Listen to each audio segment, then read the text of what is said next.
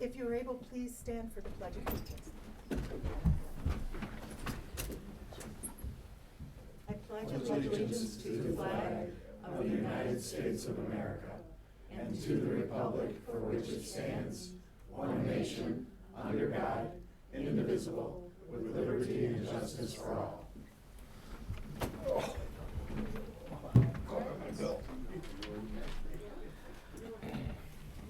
see, can we have the roll call, please? Councilmember Ellenboss. Present. Hopkins. Here. Ingalls. Here. French. Here. Mayor Shippers. Here, thank you. Next we need to approve the agenda as amended. There's been an item added, which is an appointment, correct? Yes, so there's two items added. One is an amendment to appoint Travis Owens as the DDA Director and Main Street Program Manager, as well as the ratification of the cost-sharing agreement. And then the second item is to just simply add City Manager update under the City Manager's report. Okay, we're gonna want to make that a motion. I will make a motion to approve the agenda as amended to add the appointment of Travis Owens as DDA Director and Main Street Program Manager and the cost-sharing agreement, and to add City Manager update under the City Manager's report. Support. Councilmember Hopkins. Yes. Ingalls. Yes. French. Yes. Ellenboss. Yes. Mayor Shippers. Yes, motion carries. Next, we have public comments. And this is public comments that can be about anything. Remember that we have several public hearings today. So if you want to speak about what the hearings are related to, you could do that at that time. And the general public comments are 3 minutes per. And we've all had such good behavior lately at public comments. Let's keep that up. So at this point, public comments. Hi everyone, my name is Carla Moore and I live in Cadillac. So I read about the fire truck in the Cadillac News, and I wanted to thank the Cadillac News for such a well-written article and thank Owen for all the details that he provided. Such a huge purchase is a great accomplishment for the citizens of Cadillac and the surrounding areas. I am wondering if it would be better to finance half of it. There are some government institutions that do loans for governments, and like 0% interest or close to it would be good, because then you would take the $1 million that you're not spending out right now and use that to pay to hook up the wells that are remaining in Cadillac, whether they're tested or not, and then that is completely done and you don't have to worry about that anymore. If they don't want to be hooked up, just put the money in escrow, and their fees will be like required once it's on, once it's sold or transferred or anything to that effect. So, and then finally, when we get the truck delivered, can we plan a big party, a parade? Is there, like, do you do christenings like you do for yachts and ships and stuff like that? And do like a really cool demonstration out in the street and show all the bells and whistles? And maybe have a contest for the grade school kids to pick a name for the truck. Oh, I like that. Get everybody involved. So that's all I have today. Thanks. Thank you.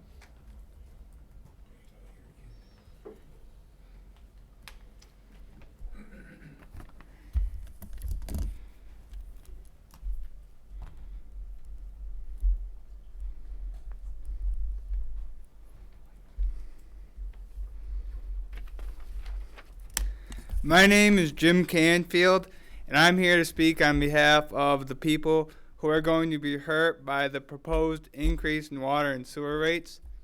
I know the city has responsibilities. I know things cost money. But before you vote yes or no on this topic, I want to ask you to think about the people who live here, not just numbers on a page. Cadillac is not made of millionaires. We are a working class city. We are nurses, small business owners, mechanics, and retired teachers. We work hard, we pay our taxes, and we care about this town. But right now, many of us, especially our seniors, are barely keeping up. Over 20% of Cadillac's population is over 65. That's 1 in 5 people. Most seniors live on fixed incomes, and every increase, property taxes, groceries, gas, prescriptions, cuts deeper and deeper, adding another burden on to them, okay? I work with seniors every day, helping them with their budgets and Medicare plan selection. I see firsthand how tight things are. Most of them simply don't have the extra income for something like this. I've heard from many who say they may have to move in with their children, or even out of town entirely, just to stay afloat. The feedback I get from them is very rough. And it's not just seniors. Families are struggling too. Wages aren't keeping up. Rent and home costs are rising. People are cutting corners every month just to get by. Raising rates like this, without doing everything possible to find another way, shows a disconnect from what your constituents are living through. So I'm here to say, don't raise the rates. I'm here to say, find another way. Cut spending elsewhere. Delay non-critical projects. Apply for grants. Adjust the city's priorities. Create protections for low-income and elderly residents. Exhaust every other option before putting this burden on the backs of the people who can least afford it. Because this is more than a utility bill.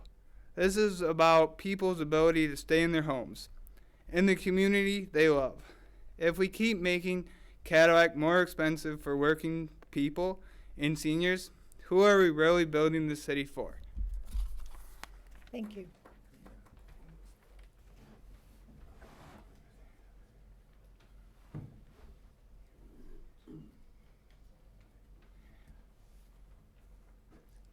Good evening, Brad Marine, Cadillac. Bill asked me to be nice, so I'll be nice. But I am here to express concern. Your absence from that town hall meeting that had over 100 residents there, 100. When's the last time the city had a town hall meeting that had 100 people there? You know, and I've read where people say, oh, they're going to get criticized. They're going to get their heads lopped off. They're going to get this. They're going to get that. No, what you're going to get is feedback. You're going to get angry feedback from citizens who are frustrated. And we're frustrated because we now know that Mr. Pesha openly admitted to not following the bylaws. We now know those meetings were not legal. We now know decisions regarding PFAS were made when there was no quorum. The whole idea of democracy, the whole idea of open government is to have oversight by the people. When you operate that way, you don't have oversight. The other alarming thing that came out was he felt that he didn't have an obligation to tell the community. Yet he had an obligation to discuss it with Eagle, but he had no obligation to discuss it with you, no obligation to discuss it with us. That's where this anger and frustration comes in. We've been pushing this bylaw thing for months. And it finally took coffee with the mayor and Mr. Pesha, and thank you for admitting it, that he had not followed the bylaws. And I wondered, just curiosity, how many of you have actually read the bylaws? It's a whole 2 pages. It's not hard. But I think when you have a city manager who sits up here and tells you he's been doing everything by the book, and you don't do your homework to verify that, shame on you. You're complicit. He has not been doing it by the book. He admitted he has not been doing it by the book. And yet there's no action from this council. No investigation, no censorship, no nothing. You just sit back as if nothing is occurring. Now, I'm not saying he did it on purpose, but he did it. He broke the law. Whether he did it intentionally or not is irrelevant. There needs to be some accountability. The only way you're going to get trust is to have accountability. And if you can't have accountability, you're going to have me up here every meeting. You're going to have the social media blast, the videos, the scrutiny. You're going to have us putting petitions together for investigations. You're going to have a battle all the way to November until maybe none of you will be sitting up here. So it's simple, folks. It's not hard. Do the job that the charter asks you to do. Too easy. Again, I'm not saying Mr. Pesher's a bad guy, but he made some critical mistakes, and there needs to be accountability so those mistakes don't happen again. You owe that to your constituents. To sit up there and do nothing is ridiculous. Thank you, Mr. Murray.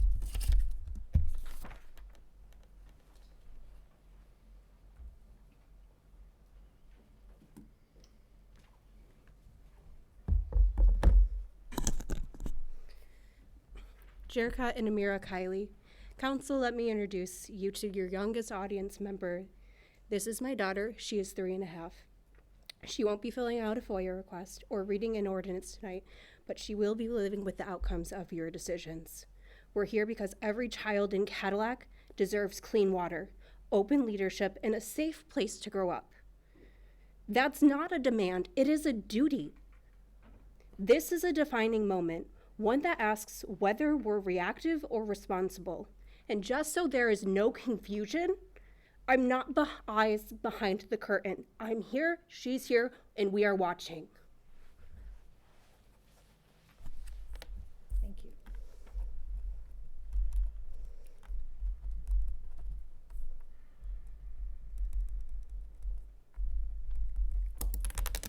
Remember that.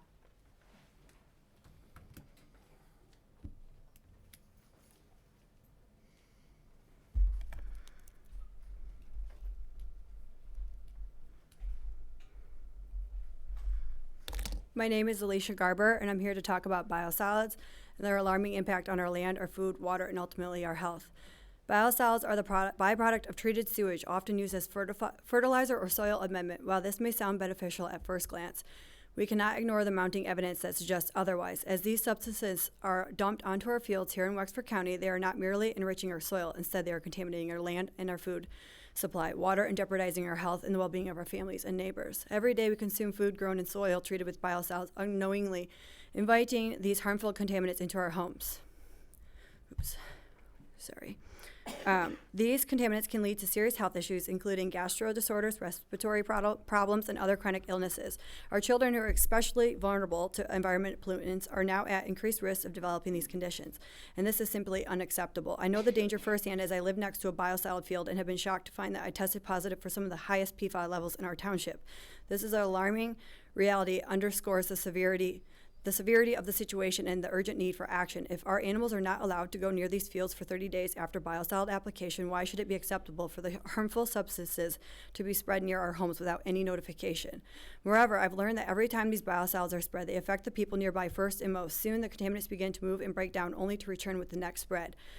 Each time it hits our homes, our wells, and our soil, we get contaminated, get pushed back out, and we experience it all over again. I encourage each and every one of you on the board and everyone in the audience to do your research on biosolids and the contaminants. Ask yourself if you would want this dumped next to your home with your grandchildren, your babies, and sick family members nearby. We must also address the companies involved in this practice. One of the companies responsible for trucking biosolids up to our area is NEFCO. They receive shipments from various wastewater treatment facilities, including a commercial wastewater treatment plant. These commercial plants are flushed down with AFFF firefighting foam, which is known to be one of the highest sources of PFAS and PFOS. This is a significant concern, as those substances are completely hazardous and pose severe risk to our health and our environment. It's devastating to think that my family can't even enjoy outdoor spaces without fear. Every health issue my child raises the question, has something harmful been applied nearby? Should I keep my family inside? Should I be worried about the safety of our pets? We deserve to enjoy our homes without living in constant fear of contamination. Moreover, this issue significantly affects our farmers as well. Many farmers are finding themselves fighting to protect their livelihoods due to the implications of biocide use. They risk losing their farms because they are not provided with essential documentation and the soil is not being tested regularly. This lack of awareness and transparency is detrimental not only to our local agriculture, but also to the overall health of our community. This message that biosolids are safe has been proven to be misleading, as the consequences are affecting everyone involved. We must recognize that we are not alone in this fight. Other states like Maine have taken decisive action to protect their communities by stopping the use of biosolids altogether. They have acknowledged the potential dangers posed by the substances and made the choice to prioritize public health over questionable agriculture practices. Why can't we do the same in Wexford County? It's time for us to come together as a community to find the effective solutions to this pressing issue. We need to advocate for stricter regulations, biosolid dumping, and explore alternatives that ensure our land remains healthy and our food supply is safe. We should also urge our local officials to listen to our concerns and take swift action to protect our community from further contamination. We have a responsibility to safeguard the health of our neighbors, our families, and especially our children. The time is to act now. If we don't stand up against the dumping of biosolids in our community, we risk of facing a future where contamination is the norm rather than the expectation. Let us take inspiration from Maine and other proactive states and push for change in Wexford County. Together, we can create a healthier, safer environment for ourselves, future generations. Thank you for your attention, your passion for this cause, and your commitment to protecting our community. Let's unite our voices to ensure a safe, healthy future for all of us. Thank you. Thank you.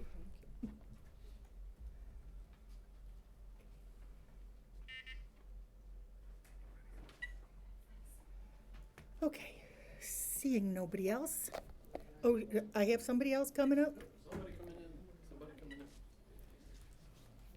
Okay, I'm Dave Maynard, and I live here in Cadillac.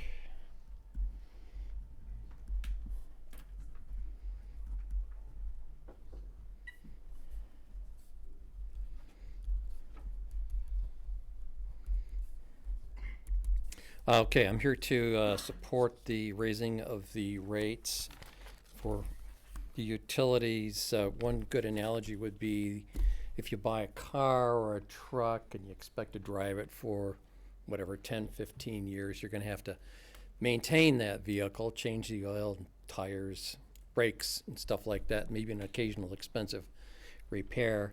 And over those 10 or 15 years, inflation is going to drive costs up, and labor, parts, or whatever, and that's really what's going on with not just Cadillac, but any utility that's trying to manage things. Just things get more expensive, and so if you raise the rates a little bit every year, it's a lesser impact. I did hear the presentation regarding retiree people, and I think that needs to be addressed, but in a different way. We need to keep the rates up so that we can keep our utilities going. Online, I just looked this up. It's a 6-year capital improvement plan. This is from the City of Cadillac site. It's very thorough, very well done. The police department, this and that, and the utilities as well are mentioned in here. So this to me is a demonstration that the city is managing our infrastructure in a very positive way. Another thing that's online is the annual water quality report. Anybody can download it and take a look at it. My point for bringing this up is that the city is doing a fantastic job at delivering clean water to the people, to the customers. There are people in this community that are spreading the lies about the water being contaminated, and it is not contaminated. They're putting out innuendo that it's not tested enough, and that sort of thing. That's just not true. They have some other agenda, and that's just wrong. One thing is, and this is, it's been around for a long time, but when somebody says, "I don't believe you," that does not trump science. The water is tested through scientific methods, and it's clean. I think that's about all I have to say, except that they should quit lying and quit scaring people and quit driving business away from the city. Thank you.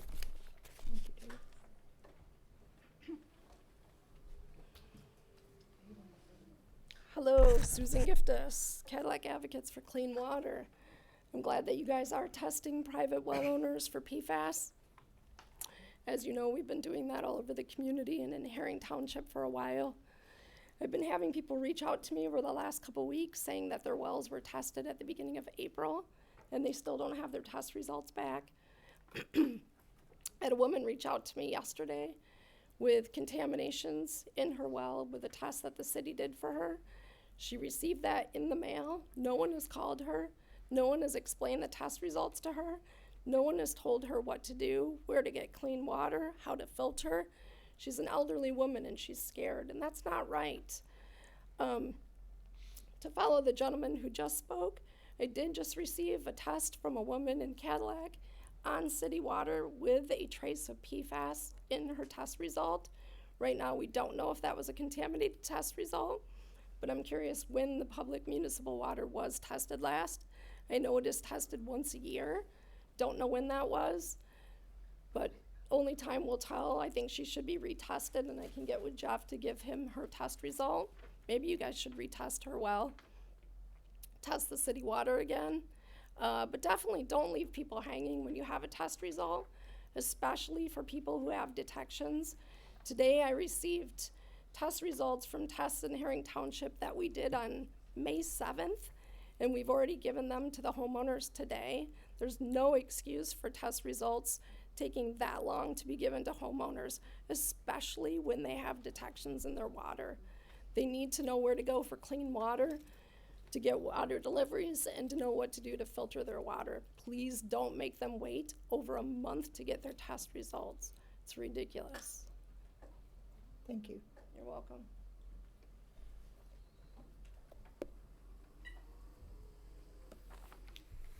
My name is Julie Theobald. Many of you know me as a Wexford County Commissioner. I am also a constituent that I try to stay very involved in what's going on in my community. I care about what happens in Cadillac. I lived on my same street 51 years that I've been alive. They matter to me. I also know what it's like sitting in your seat, having to make some very tough decisions on very little pay. $3,500, $5,000 a year. I get it. I know it's not easy. The phone calls, the hours that you spend on this that nobody sees.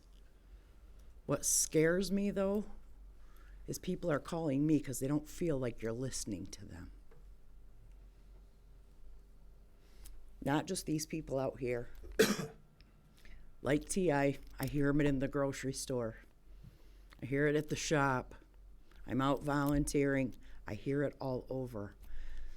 I really like the coffee with T.I. idea. Might want to set something up for the rest of you so everybody else can reach out to you as well.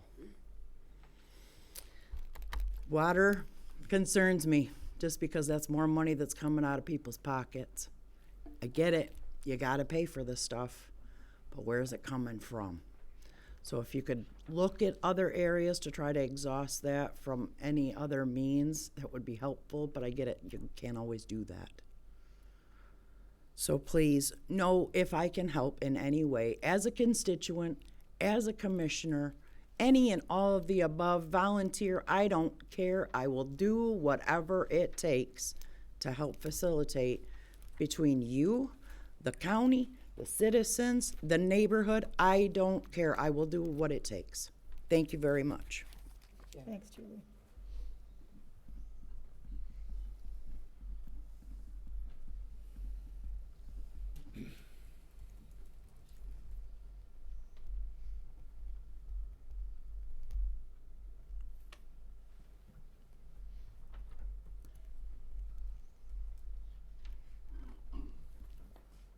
I don't think I'm seeing anyone else. Okay, let's move on to PFAS update. And we moved this on the agenda based on some feedback from citizens to put this item closer to comments, because often comments are related to the PFAS stuff. So we want to do our update earlier in the meeting because the meetings have been going very long. We want to make sure that we catch everybody while you're still here and awake. So Marcus, I believe is, Yeah, I have a couple of comments, and then I'm going to kick it to Jeff. okay. Did you have anything you were going to add regarding any of this now, or just? I don't think so now. That's fine. I know that, I think I'm, should I do the Doesn't matter. thing now? Well, why don't Jeff and I go first, and then if you have anything to add, you can. If not, Okay, that'd be because I've got some comments for the end of the night, but, So, a couple of comments regarding some of the scuttlebutt that continues to be broadcast out there, and I apologize if this sounds a little rough, but it's important, especially upon reflection, that I'm I'm clear, or as clear as I can be. So first, claims that I or the city have somehow, poisoned people, acted negligently, causing harm or death is patently false, completely ridiculous, and people spreading that misinformation should be ashamed of themselves. Secondly, there was a town hall type of event that was marketed by Up North Live last week. I actually sent a news release out on behalf of the city advertising that town hall event, as well as one that the state of Michigan PFAS Action Response Team is doing a week from this Thursday. I want to say it's the 29th. The news director of Up North Live reached out to my utilities director, myself, our mayor, asking if we would be willing to be on a panel.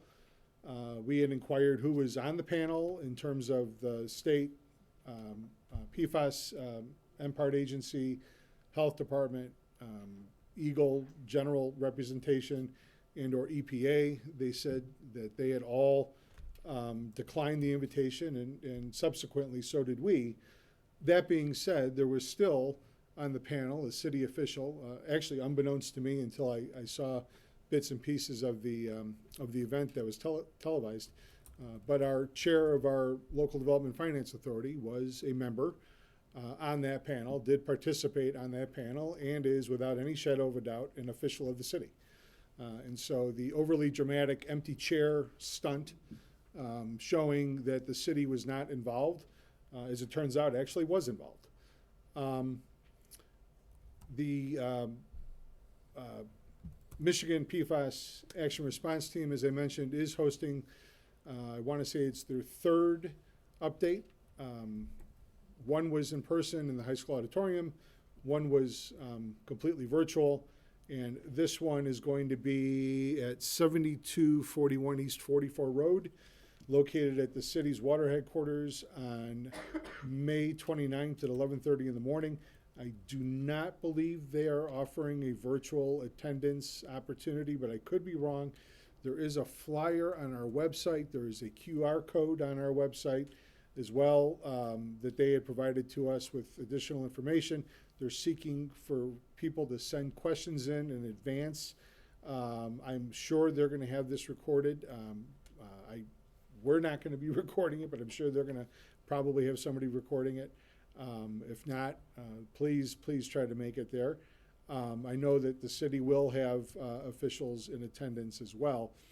Last but certainly not least, I know Jeff, if you could provide an update regarding the testing, test results that we may or may not have at this point, where all of that is, and certainly about the biosolids. I think that would be of great interest to everybody. Yeah, thank you, Marcus. Yes, and as Susan said, there was a miscommunication with Cyclopure and our residents. Cyclopure did not send out the letters until last Thursday to people, so that is why they didn't get them. It wasn't from the city's lack of giving them to the people. Cyclopure was supposed to send those out, and they didn't. Kelly, I contacted Kelly, and they took care of that last Thursday, and they sent out the letters. I do believe some of the people have received those letters now, and more should be coming in. So we had thought all along, as we were getting the results, our residents were getting the results. They were not. Cyclopure did not, and I have those emails. So we have 48 tests completed in the city. 32 of those we have results back, and 10 are still at Cyclopure. 2 of the completed tests were from residents that live in the study area, so we gave their information to the state of Michigan, and they took that information. 4 were either 4 other ones were outside the study areas, but people did self-tests or did the Eagle testing, and that makes up our 48. We are waiting for about 10 tests. 7 of those tests we're retesting, because Cyclopure sent us a letter that they were installing a fume hood, and they think they contaminated 7 samples, so they asked us to resample those because they're so low. They didn't even run those tests, and of those, 3 of them have been resampled. 2 are scheduled to be resampled this week, and the other two we're trying to get a hold of yet to schedule a time to resample them. So, yeah, we had a little issue there with Cyclopure contaminating, or possibly. They never ran the test. They just thought they might be contaminated, so they did not run those tests. And I provided that detail to you guys. Let's see. The other one is biosolids. I guess our biosolids that Cadillac produces is a Class A EQ material, which means that there's four places in the state of Michigan that makes a biosolids like we make. Everybody else makes a brand that isn't as stringent as ours, isn't as tested as much as ours. Our last biosolids that we tested was non-detect for PFOS and PFOA, that just nothing there. In 2018, the state started looking at this stuff, and we had to go to all of our industries, and they had to go through all of their manufacturing stuff and make sure they were not using PFAS, PFOA, any of the P's, and because of that, we don't get it into our plant like other plants maybe do. You know, we have a very aggressive IPP program. We do get some coming into the plant. We do get some leaving the plant. But this last go around when we test it, we have to test our biosolids 4 times a year, every quarter, to maintain that Class A EQ status. And this last testing was non-detect. The test before that, I think it was a 2. So you can be up to 100 before you can apply. 20, there's no restrictions. From 20 to 100, there's restrictions. And we historically are, well, non-detect now. So I would like to say that. Also, for the public to know, the farmer we used did call me. I guess what I'd say is he's being harassed because of it.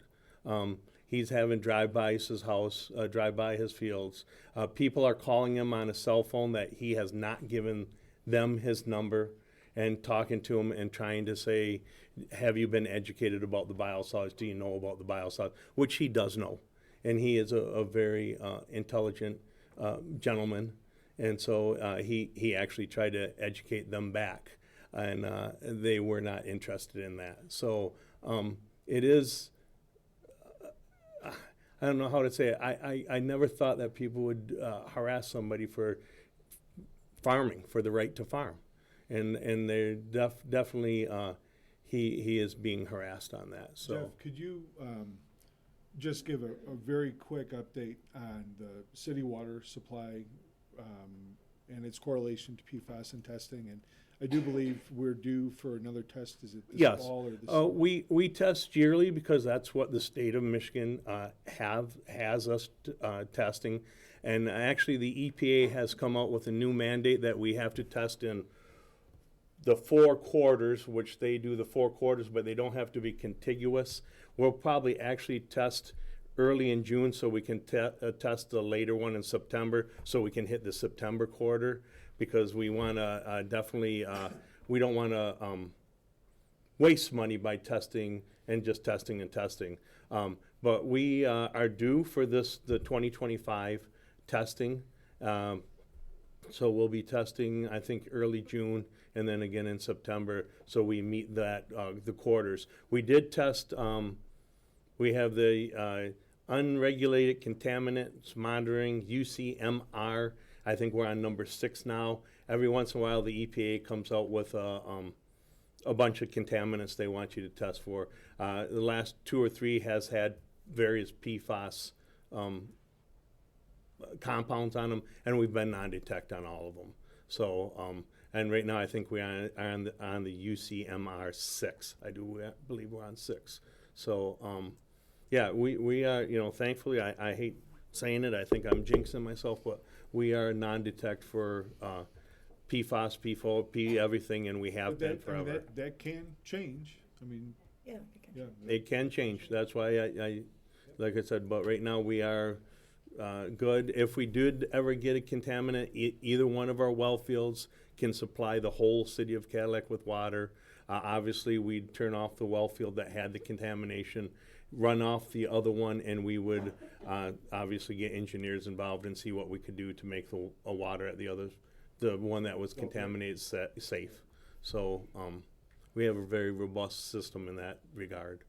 Jeff, one more thing. Can you give us a quick update? I know you let us know, but would you let the public know where we are with getting our friends over in the LDFA hooked up to city water? Oh, yeah.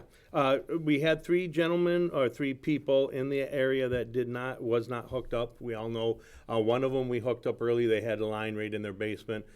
The other gentleman that wanted to stay on as well, that I said we were taking the gentle approach to him, he actually consented to be hooked up, and as of last Thursday, he was hooked up. So he is off. We have not pulled his well yet. I'm waiting to pull all the wells at the same time. So I had talked to the first gentleman that had his line hooked up. We're replumbing his house because he did plumb his one outside spigot to be on the well. Again, now we're going back to city water for that outside spigot, and we're going to pull his well. We're going to pull the other gentleman's well, and the third building has a demolition permit pulled for it. It's supposed to be demolished, and when it's demolished, the owners I have already contacted and told them we'll pull that well, and they're good with that, and they would like to whatever they build. I think they're building storage to begin with, but they did say if they built something else, they would want to hook up to municipal water. Good job. Thank you. Now, Jeff, you were talking about how we do quarterly testing on the biosolids. So last time we were at the last quarter we tested at 1 to 2 parts per trillion, and now we're down to a non-detect. And then the other way, I think obviously the city didn't manufacture this chemical, but the 2 ways that you could continue the cycle is also through the effluent.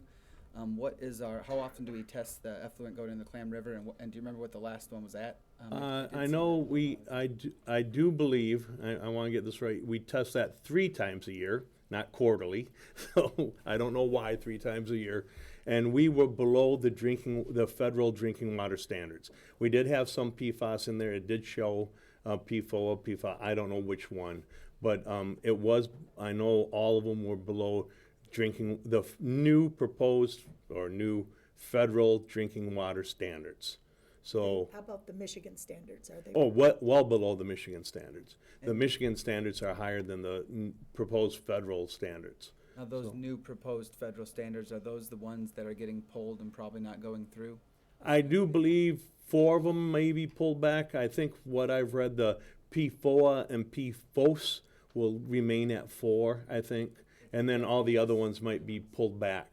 And I don't think they're going to be stripped. I think they're going to be more studies going to be done on them. And then I think different limits might be proposed for them. Or maybe the same. But that's kind of the scuttlebutt we heard, is that they're going to be delayed the implementation until they get more information on those other ones. But I think the 4s, I think they're going to leave as 4s. I know we're talking about drinking water standards, and people aren't drinking out of the river, but the water is filtering into the same system that people draw from with their wells. Are those drinking water standards? Are those between like 14 and 6? You see some at 10 parts per trillion, 6 parts per trillion. Yeah. Some. It depends the compound, but it's between the federal is between 4 and 10. 4 and 10, okay. Right, and the state is between 8 and 16. Most of them. The state has one that the feds doesn't even have on theirs, which I think the state's $200,000 for one of the chemicals. The feds don't even recognize that as a potential, so they don't even have a limit on it. So there are some that we have limits on that the feds do not, and there's I don't think the feds have any that we don't have a limit on, the state of Michigan. Now, anytime the cyclopure tests are done, right, and we're paying for that, we get a copy of the results as well as the resident? Correct. Are we on the back end of that? We're just letting that go to them? Should we reform that back end process where we do reach out again? Or is that occurring on the front end when they're getting their cyclopure I test? talked to 2 people today. I have a 3rd person I have to make a phone call to. I just couldn't contact with her.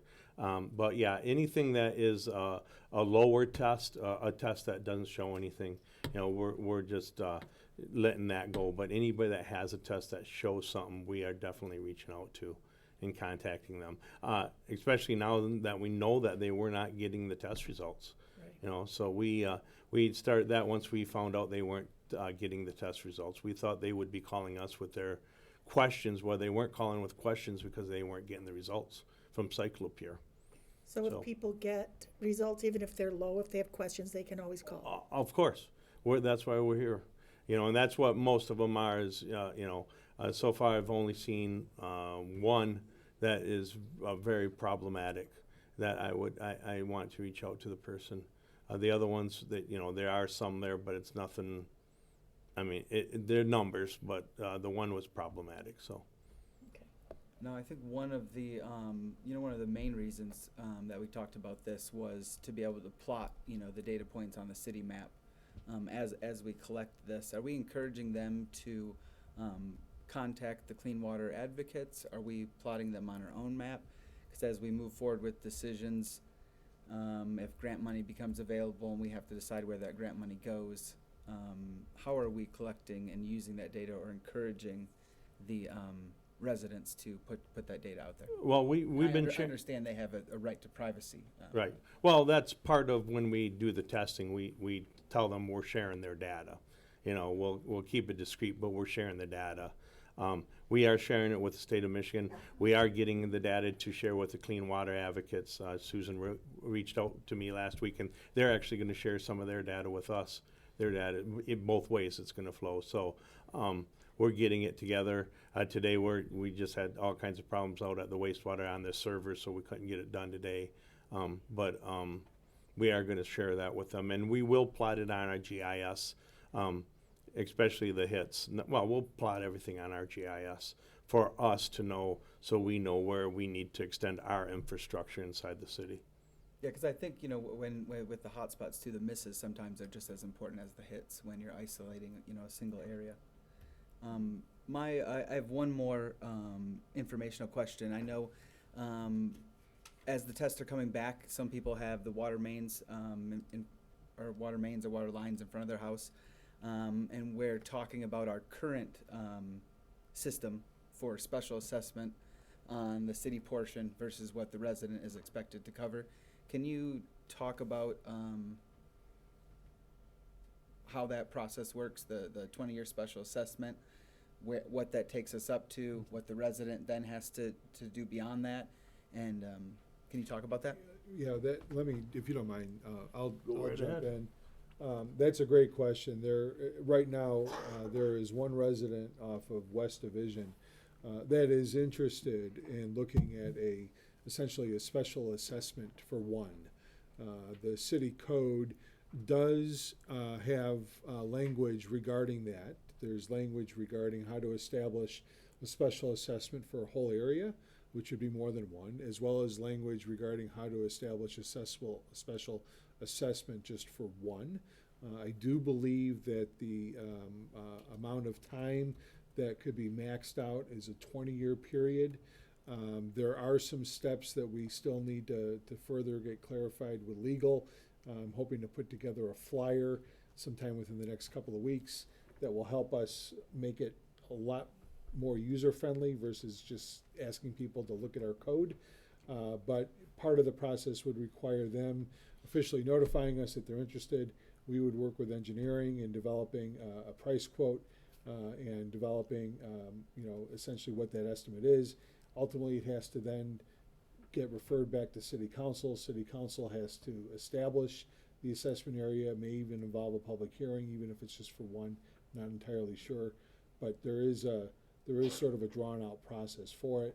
And then I believe those costs would be defrayed back to the owner over that 20-year period. Now, what happens if we get a grant and somebody already paid for it? Can we legally go back and reimburse them for those costs? I don't know, but that's something I would like to know before we jump into it.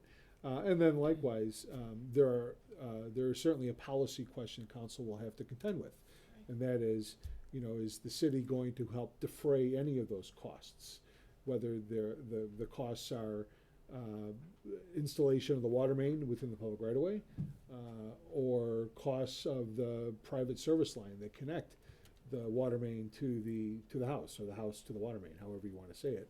You know, that's a policy issue. You know, and so if depending on the answer, you know, it still may result in the homeowner having to have their property assessed or essentially liened, so that the balance, if there is any subsidization, so that the balance is then paid over time. One more point of clarification is that it's not on the person, it's on the property. Right. So property sells, people move, whatever, you know, the day after this is all set up for that property, it stays with the property, Yes. no matter who lives there, who owns it, and whatnot, so. Okay. And back to the single one you mentioned on division, does that currently have a main in front of it? Yes, Okay. yes, and so I'm gonna just use rough numbers, you know, to again frame the issue. About 220 private wells within the city of Cadillac. Of that, about 150 of them have access today to a water main.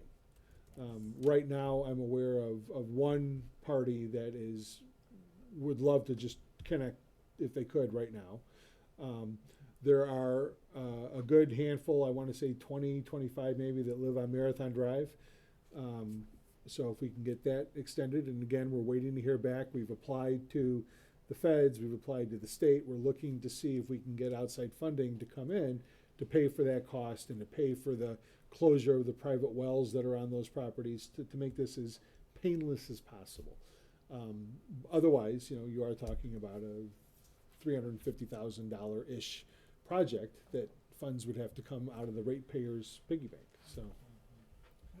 And then another question, and maybe this is what, you know, we're seeking legal review on, but with that 20-year special assessment, does that have to stop when the private service line begins, or are we suggesting that even that private service line can be part of the special assessment? It does need legal review. I would like to know what the options are. Can it include that private service line as well as the public infrastructure piece, or does it have to be one or the other? But if it could include all of it, I think that would provide a much better project and opportunity for the homeowners. It's just one check. The city manages the whole project. The city gets the whole project constructed, and then they just pay for it spread out over a 20-year period. So. Good, good discussion. Thanks, everybody. Yes. All right, let's move on. We're only at the consent agenda. Getting there. We're getting there, yep. Somebody want to? Motion to approve the consent agenda as presented. Support. Councilmember Ingalls, Yes. French, Yes. Ellenboss, Yes. Hopkins, Yes. Mayor Shippers. Yes, motion carries. That takes us to our public hearings. Okay.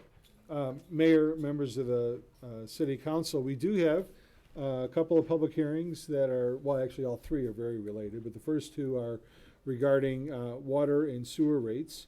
Owen, is it going to be one singular presentation? That's the plan, yeah. Okay. So, which is traditional, we'll have a singular presentation regarding that. However, when it comes to the actual public hearing itself, taking feedback and council subsequent action, it does need to be separate. Owen, I'll kick it to you.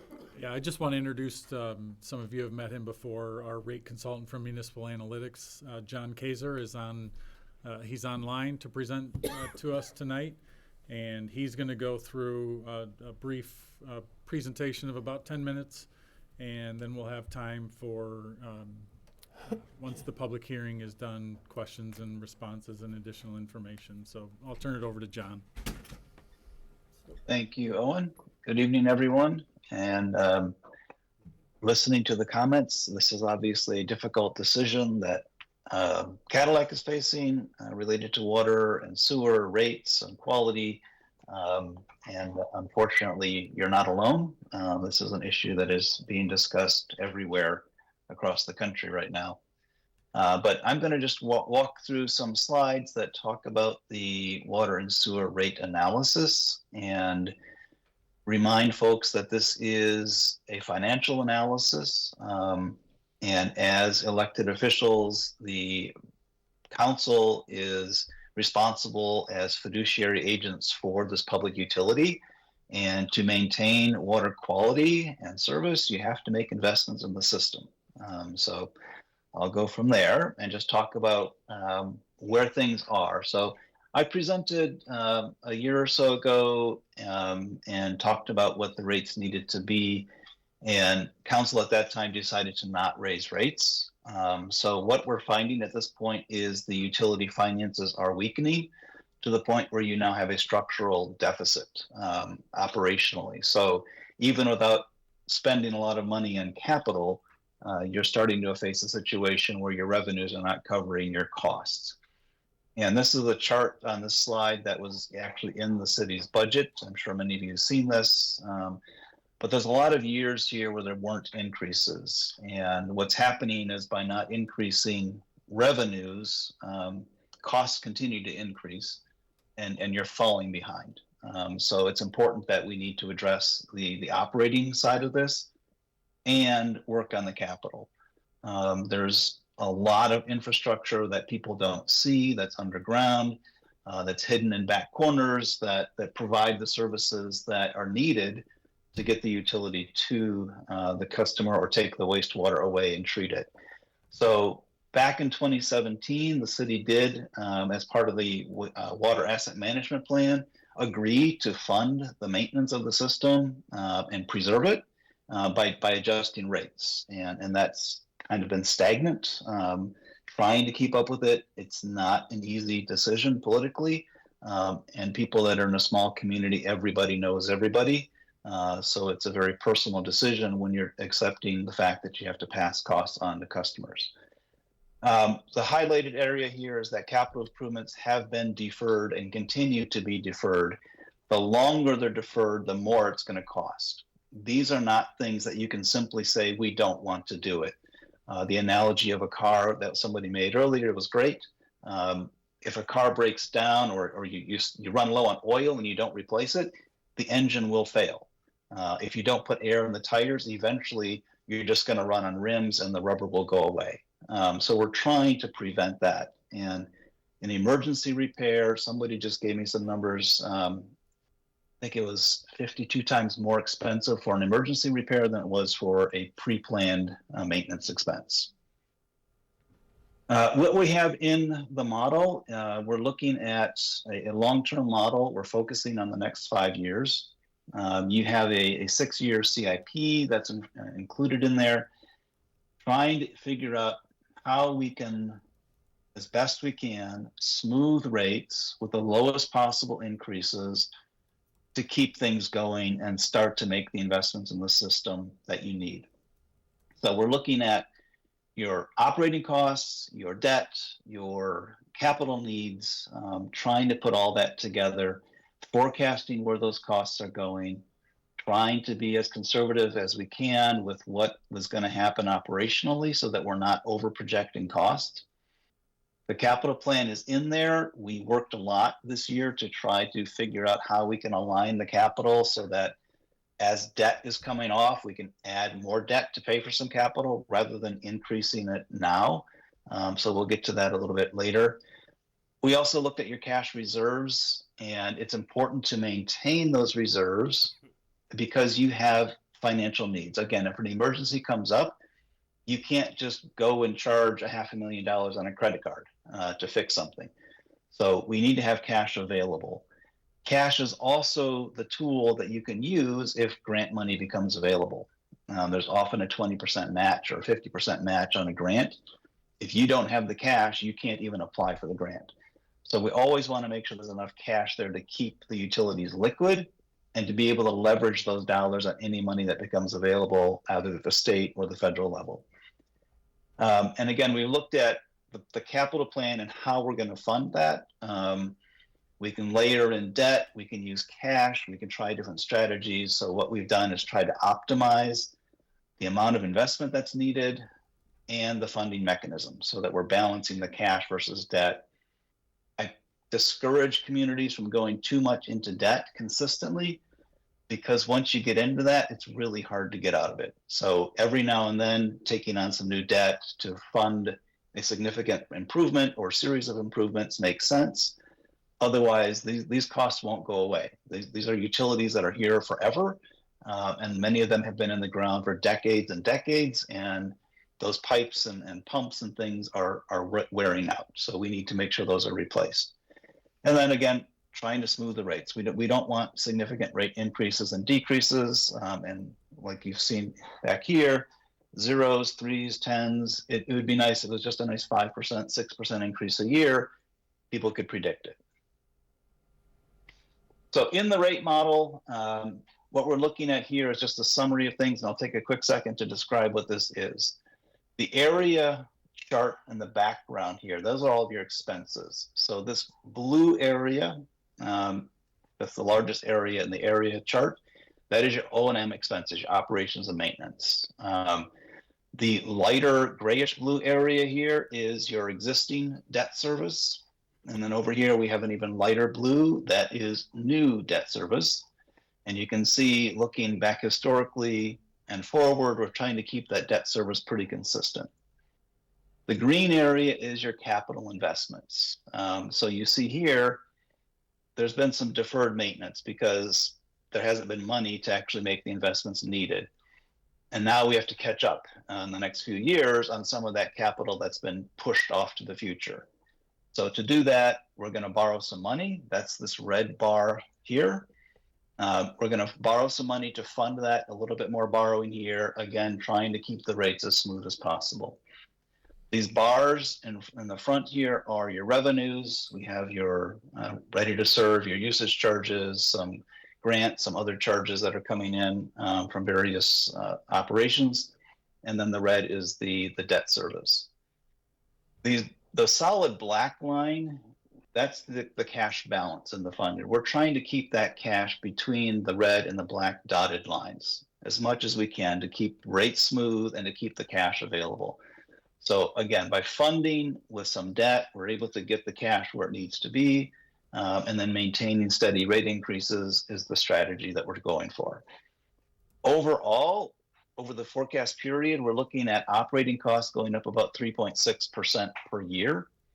And the debt service costs will drop off in 2028, which is why we looked at timing the next debt for 27, because your first payment would be due in 28. So that's how we're trying to leverage that debt that's coming off, not layering more debt on top of something that you already have, but waiting an extra year or two to actually issue that debt to get the work done. There is minimal investment in capital in the current budget for 25-26. I really think you should be investing more, but again, we're trying to be respectful of the fact that people can't just keep paying more rates, so we're pushing a little bit more off. There's going to be a few projects that are taken on that are critical, but beyond that, we're going to defer. We're also looking at leveraging some of the capital all the way out as far as we can. Again, this model goes out 20 some years, but we're trying to smooth this over the next 5 years so that we can stay on top of things.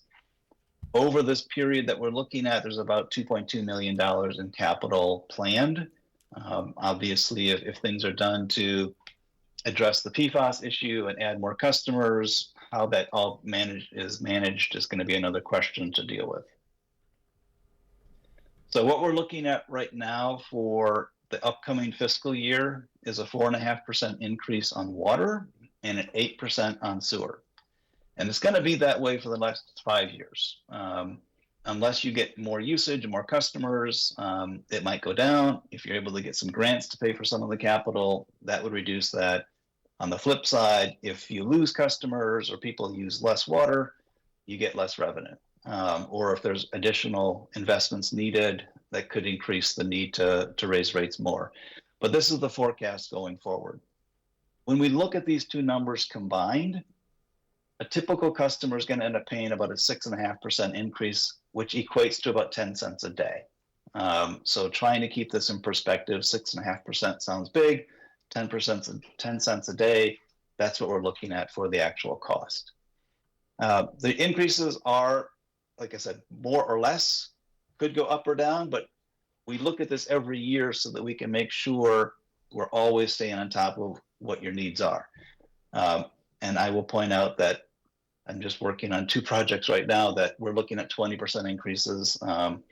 They've deferred maintenance even longer and have not increased rates. So we don't want to have that happen in Cadillac. We would like to have lower rates consistently each year to address the issues. So we need to do these annual adjustments. The city subscribes to software. I'm available to support the city with that software to make sure that you're constantly monitoring it and making sure that rates are not increased more than necessary. On the flip side, you're finding ways to fund the capital that you can fund. I will note that if you continue to defer maintenance, costs will just increase in the future. These are not things you can ignore and run away from. Eventually pipes break, pumps fail, and like I said before, it's substantially more expensive to pay for things in an emergency than it is if you can plan ahead and do it proactively. We're using the strategic debt options, trying to figure out where debt makes the most sense to keep rates lower and spread those costs over more years, but also recognizing that we can't fund everything with debt. We're also looking at equity between your rate or your customers. You have a 5-tier decreasing block rate structure, and it's very unusual in Michigan, especially for a small community to have that many tiers on a decreasing block. That means for every unit of water somebody uses as a larger customer, they pay less per unit. So we want to look at that and make sure we're trying to understand where the equity is and how people are being impacted. These charts try to summarize that. This is just a snapshot over the past 10 years and looking at each customer meter size. So in this case, a 5/8 inch meter, which is where most of your residential customers are, they use somewhere around 42% or 28% of the water, but they're paying about 42% of the cost. Larger customers, those that have 4 to 8 inch size meters, they're contributing 25% of the revenue, but they're using 38% of the volume. So this is a question of equity, is how do we spread these costs more equitably across customers? So this is something the city wants to look at, trying to understand what we might do with those tiers to make this more equitable. I will say that customers, especially in a community like Cadillac that has a large swing in volume because of seasonal users, it's really helpful to have industrial customers that are using water throughout the year. That keeps costs lower. So we want to recognize that. There might be a sound reason for having a decreasing block structure. I'm not sure 5 tiers is the right number, and I'm not sure that the amount of discount that's being offered and being subsidized by the smaller users makes sense. So we want to look at this and just be clear about what we're intending to do and have conversations with the city to make sure your rate structure serves all of your customers equitably. So next steps, the first thing you have to do is address the structural deficit. And we're doing that by this 4.5% on the water and the 8% on the sewer. Very little capital is included in the budget, like I said, for 25-26. That's just trying to get us back to funding your operations. After that, we've got capital being built back in and then adopting some strategies using debt to pay for some of that so that we're not relying on rates to pay for all of it. And again, we want to look at the tiered structure. This is something I think that could help reduce the subsidy that smaller customers are paying and the discount that larger customers are getting so that it's more equitable. We also want to make sure the city is maintaining the capital improvement plan, maintaining the model so that you're constantly paying attention to this and not letting too many months, or especially years, go by without paying attention and raising the rates as needed to keep up with costs. Costs do not go down. especially in an industry like this. So updating the model every year, updating the budget every year. I have had multiple conversations with the city's staff. I don't see a lot of waste. I look at a lot of utilities, so they're doing a lot with the staff and the resources that they have. I'm not sure there's a whole lot more room to cut. So I would caution about trying to go that way. Keeping things every year, looking at it, updating it, smoothing it out, reevaluating is the best way to keep your rates low. As I said before, and others have said, if you defer and defer, eventually you come up with a big increase that becomes really hard to palate. I would rather see a 10 cent a day increase than a $1 a day increase. So that's what we're trying to avoid by doing this constantly. And then keeping cash in the bank, some reserves is important so that you have money there should grants become available. So I think I've tried to keep it as short as I can. If there's any questions, I'll try to answer them. John, I think our finance director, were you going to add some of the latest survey results? Yeah, I can do that. So context behind some of this too for us is the fact that we really have focused on being a low-cost system while still being a high quality, and that's something that can be challenging to balance. And Jim, I can assure you that the exact statements that you made in your comments were the ones that keep me up at night, to be quite frank. And so one of the things that helps me evaluate this is to, our industry isn't huge, but there are comparable things that we can do to look at our affordability relative to, some of the other people in the industry. So we had some good timing, especially on one study that was a little bit more focused downstate, and this is going to be impossible to read. What I want to draw your attention to is there were 53 communities in this survey, and when you total your water and sewer bill, up here highlighted in blue is the lowest, and that is Cadillac out of those 53 communities, and we're 10% lower than number 2. So our average water plus sewer bill, not garbage or recycling, is just over, and this study uses 6,000 gallons. I'm not sure the conversion exactly to our 100 cubic feet off the top of my head, but average bill would be about $60, and number 2 was $66, and that was Niles. Probably closest here, number 6 is Traverse City. Their total water and sewer bill is about $79. Can you highlight Big Rapids and Manistee too? Yep. So Big Rapids is here. And their bill is $98.42. Just water and sewer. Water and sewer. And Big Rapids, do we know Big Rapids? Manistee's right below it. Big Rapids was the one. Oh, Manistee. Yep. Okay, I'm sorry. Yep. And right below it is Manistee at $98. And then Roscommon. Can you do Roscommon too, right down there at number 43? So Roscommon, and again, they have some population, and I can make these studies available. I sent them to council sorted by various different metrics: community name, population. Roscommon is $129. Down here, what I did was, here's the average.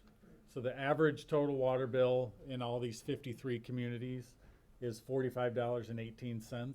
Ours is $23.66, so we're $21.50 per month below the average of these 53 communities. On the sewer side, average $64. Ours is $36.66, about $27 below, and we're about $48 then total below the average total water and sewer bill in this particular study. So the other one that we've cited regularly is the Gosling-Zubeck engineering firm. Does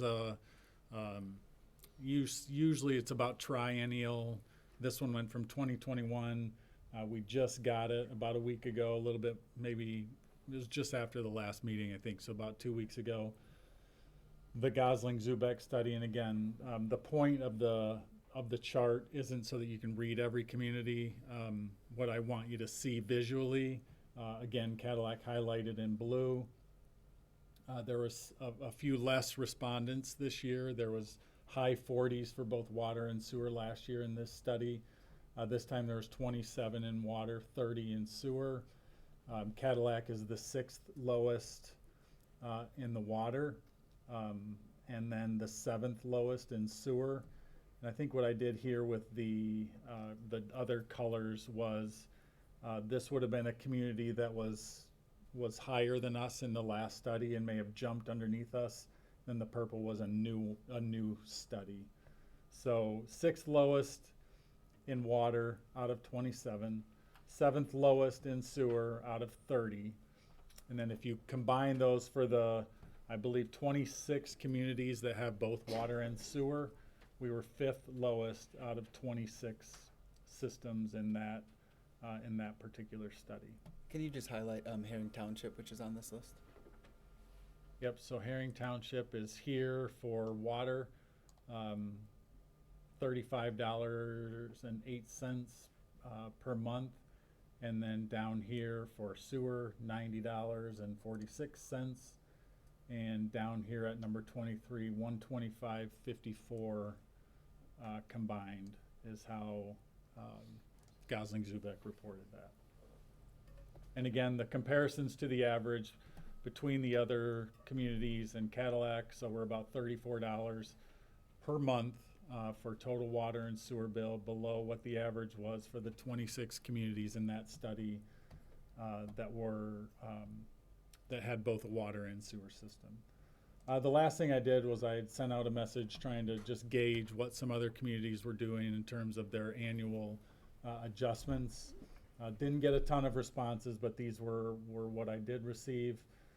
So you can see, we're not inconsistent necessarily with what some, there are some lower ones. Again, Ionia here is represented in two different, this is their commodity, and then their debt service was different.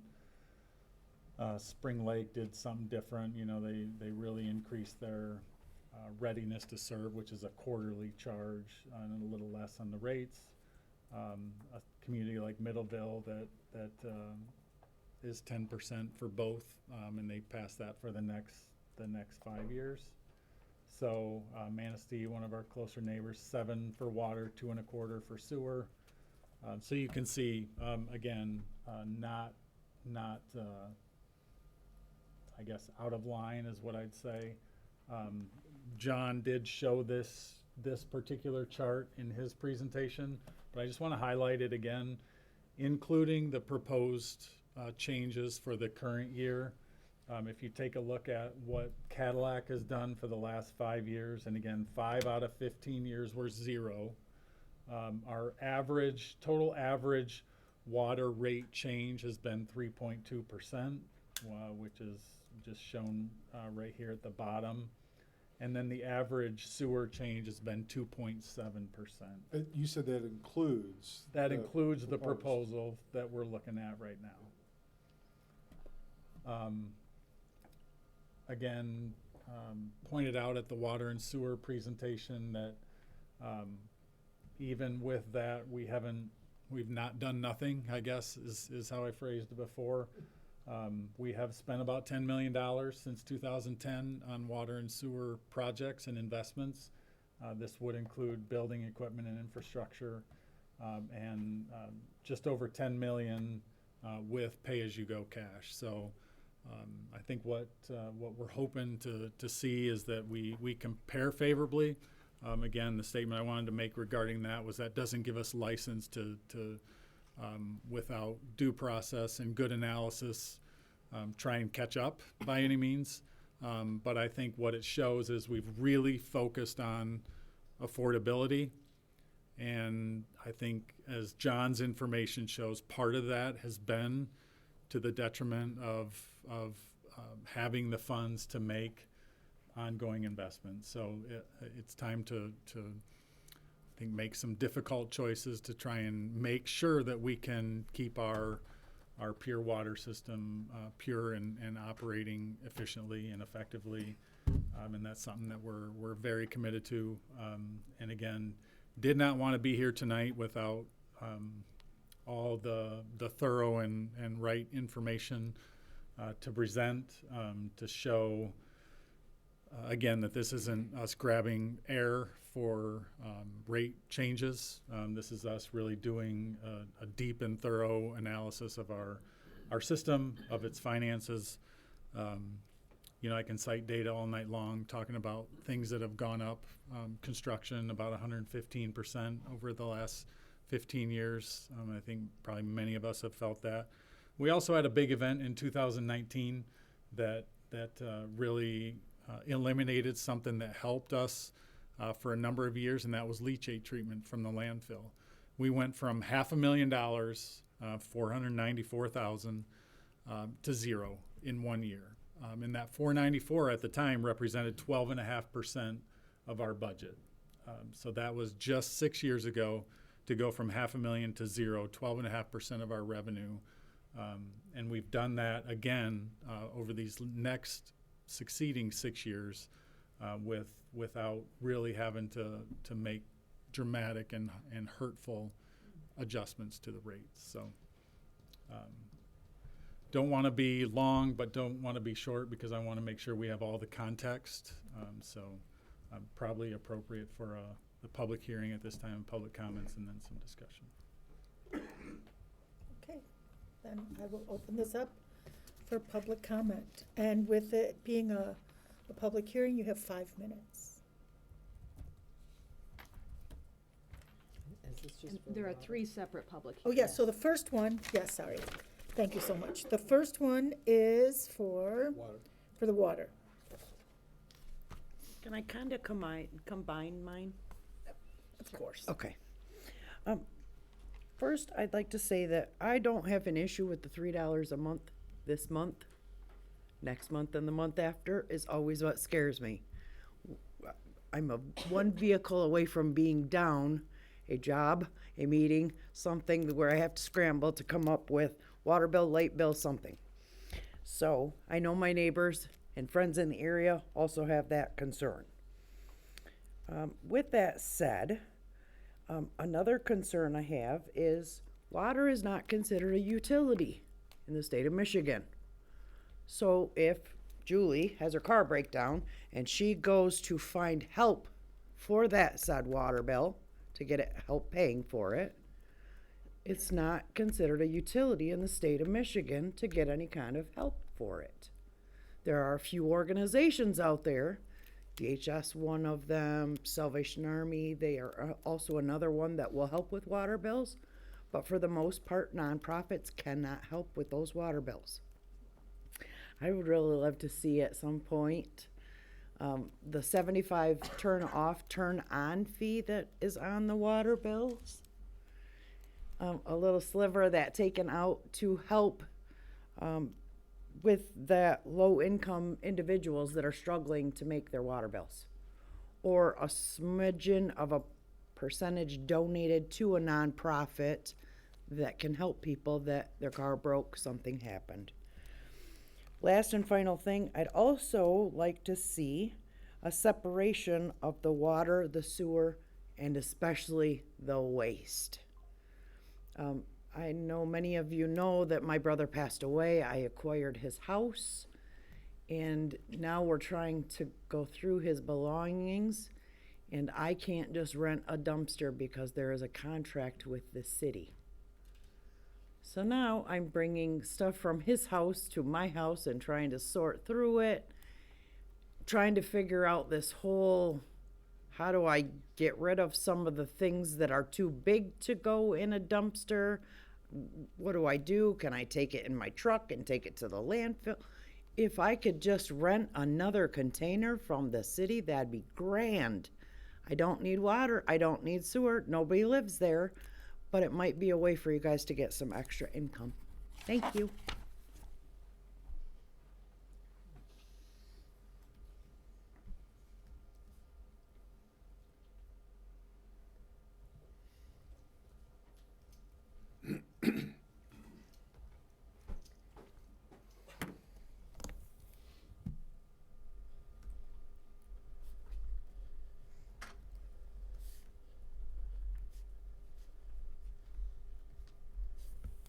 My name is Steve Barnes. I'm a Cadillac resident, as is most of my family.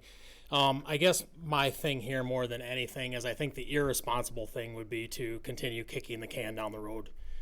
No one likes to pay more, myself included, but I would rather pay an extra $3.67 a month than have the sewer back up in my basement because a sewer line crushed, or be without water because a water line failed. I have an 87-year-old grandma that's a city resident. I would say the same for her. My mother's quickly approaching retirement. I would say the same for her. So the price of everything has gone up. I don't think it's unrealistic to not expect the same from city water and sewer. I think it's become very clear from the data that, has been out that there's not, the city isn't wasting a bunch of money on frivolous things or whatever. This is a needed thing to do.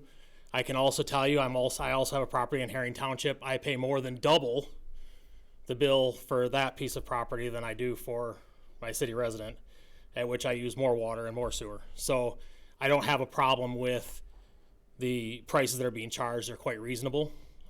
Before I moved back to town 15 years ago, I lived in Mount Pleasant. I paid more there than I do now 15 years later inside the city.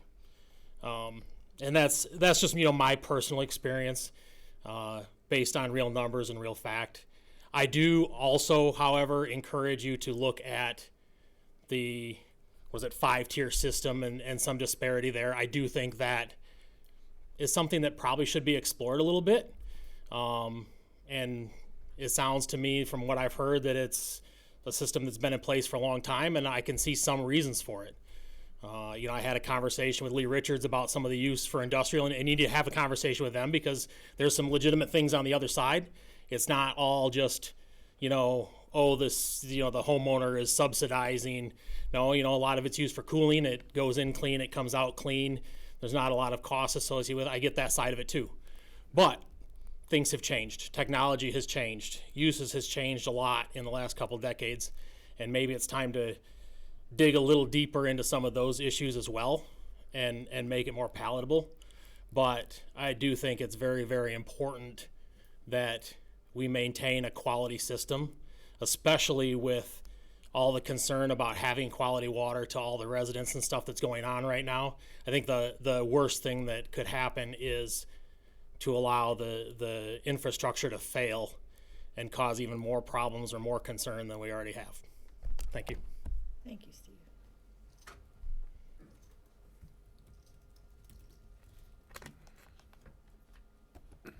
Well, seeing no one else, I'll turn it to council. Anybody have anything they want to add? Or? I'll go ahead here.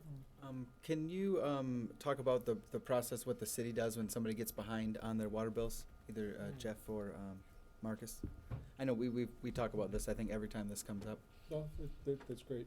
Do you want to jump in, or you want me to? Yep, I can jump in.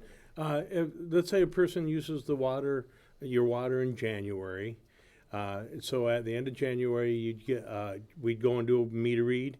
We'd get a bill sent to you that would be due at the March 5th, because we'd send it halfway through February out, and March 5th you'd get the bill. If you did not pay that bill, the next bill that went out would say you may be shut off and you'd get that bill in April 5th. Next bill would say you might be shut off, and you'd get that bill in May 5th. And then before June, we would send you a special letter saying we're coming to shut you off, and then we'd shut you off. So it's the January usage, you'll get shut off if you do not pay it in May, midway through May. So each month they're getting their bills. Each month at the bottom of the bill it says you have an amount due, overdue, past due, and you may be shut off. And then, like I said, on that last month we actually send them a physical letter that says you're 3 months behind now, and now you're going to your 4th month. We will shut you off. Please call us, make an arrangement. We'll take any arrangement as long as it makes sense. We're not going to take $1 a month when you're putting on $10 a month on your bill. But if you say, hey, I'll do $11 a month, we'll take that, because over time it'll pay that bill down. You know, we know that. But as long as it makes sense, and then we tell the residents, first we let them give us their payment plan, then we tell them, if you cannot make this payment plan, if something comes up, someday your car breaks down, you can't make it, call us, tell us. We'll make a different arrangement with you to make it for you. You know, and then after that, they're on their own, you know, because we'd have people that would just keep calling every week and making another arrangement. So we allow them to make the arrangement. We allow them to change it once, just because life happens. And then after that, we hold firm, which is sad. We do tell them where they can go and get, where there's help available. You know, did you call this agency? Did you call that agency? You know, and we do try to help them out as much as we can. But if they make any kind of call, like I said to us, and they make a good-hearted effort, you can stay on a long, probably forever. So. And as you bang going. So somebody brought up this idea to me, and I'm not sure how it would work with the water and sewer bills, but there's programs which is like where you round up, and then it creates so on your bill you round up to the nearest dollar, and then that difference is put in a fund to help hardship people that are experiencing hardship. And I don't know if that's something that we could look into. Let's look into that Like and an see if that's optional type program? yeah, not where everybody has to round up, but where you could opt to round up. I don't know if that would be a bookkeeping nightmare, but there are places that do this for certain things, and I'm sure there's models out there for how to get it done, and that might give us a little bit. So if somebody, you know, somebody's out of work for a month, you know, we have a little, you know, they fall and break their back or something, and they can't work for a month. We have a way that we as their neighbors can assist them, and it will be all of us. So all of us who are able could just round up. Yeah, That's a great idea. It wasn't my idea. It was brought to me by people talking to me with their great ideas. Yeah. Please, thank you. And then the last question that I had, which I asked in the back room, we were doing the CIP, as we're talking about changing the tiered rating system and how it's going to affect the businesses in the industrial park.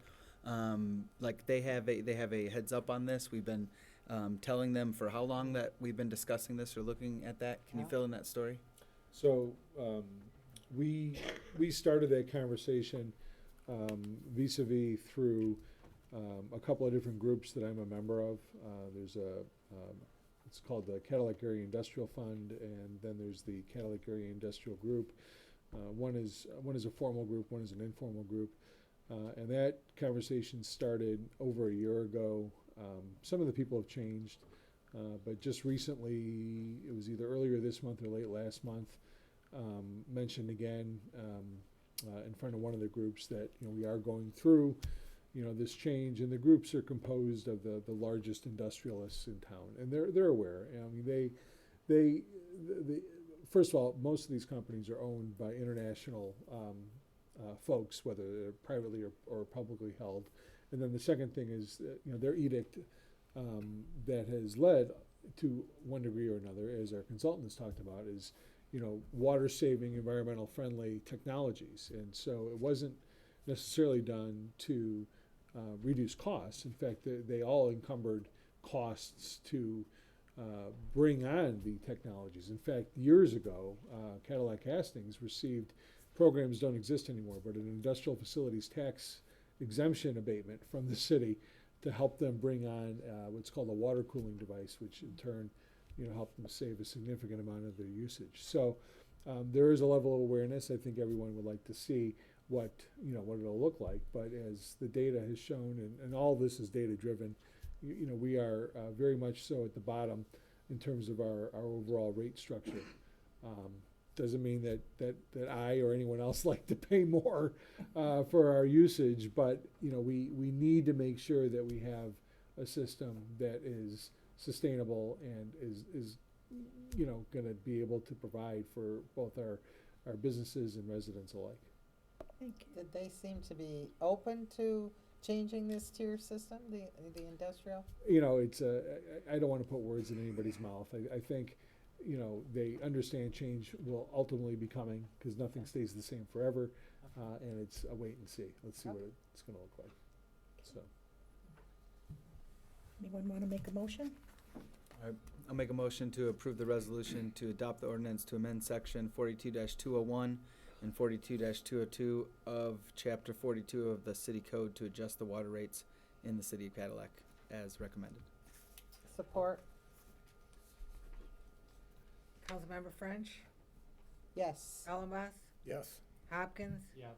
Ingalls, Yes. Mayor Shippers. Yes, motion carries.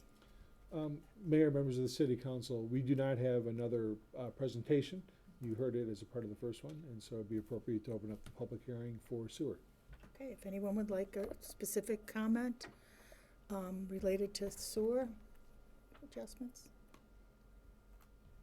I think we're good. Seeing nobody. Anybody have any questions, comments up at the board here? Okay. I'd make a motion to approve the resolution to adopt ordinance to amend section 42-374, chapter 42 of the city code to adjust sewer rates in the city of Cadillac. Support? Councilmember Ellenboss, Yes. Hopkins, Yes. Ingalls, Yes. French, Yes. Mayor Shippers. Yes, motion carries. Next, we have another public hearing. Yes, thank you, Mayor, members of the city council.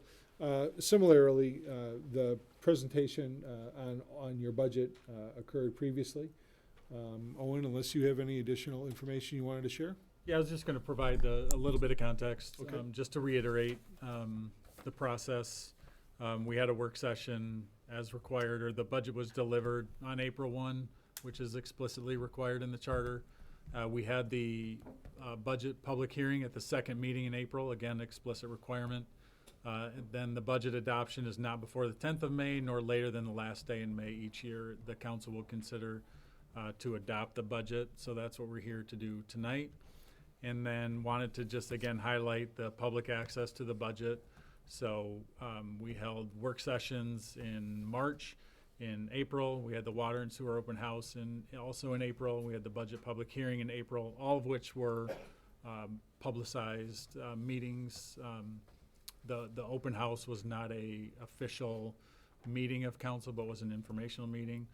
The public hearing on the 21st, we introduced the ordinance 2 weeks ago, and then the public hearing for tonight. So again, this will be the sixth opportunity where we've talked about the budget explicitly at a meeting. So, and it's also been available via hard copy at the city clerk's office and on the website for that entire period of time after April 1st. So that's all. Okay, I'll open up the public hearing related to the budget.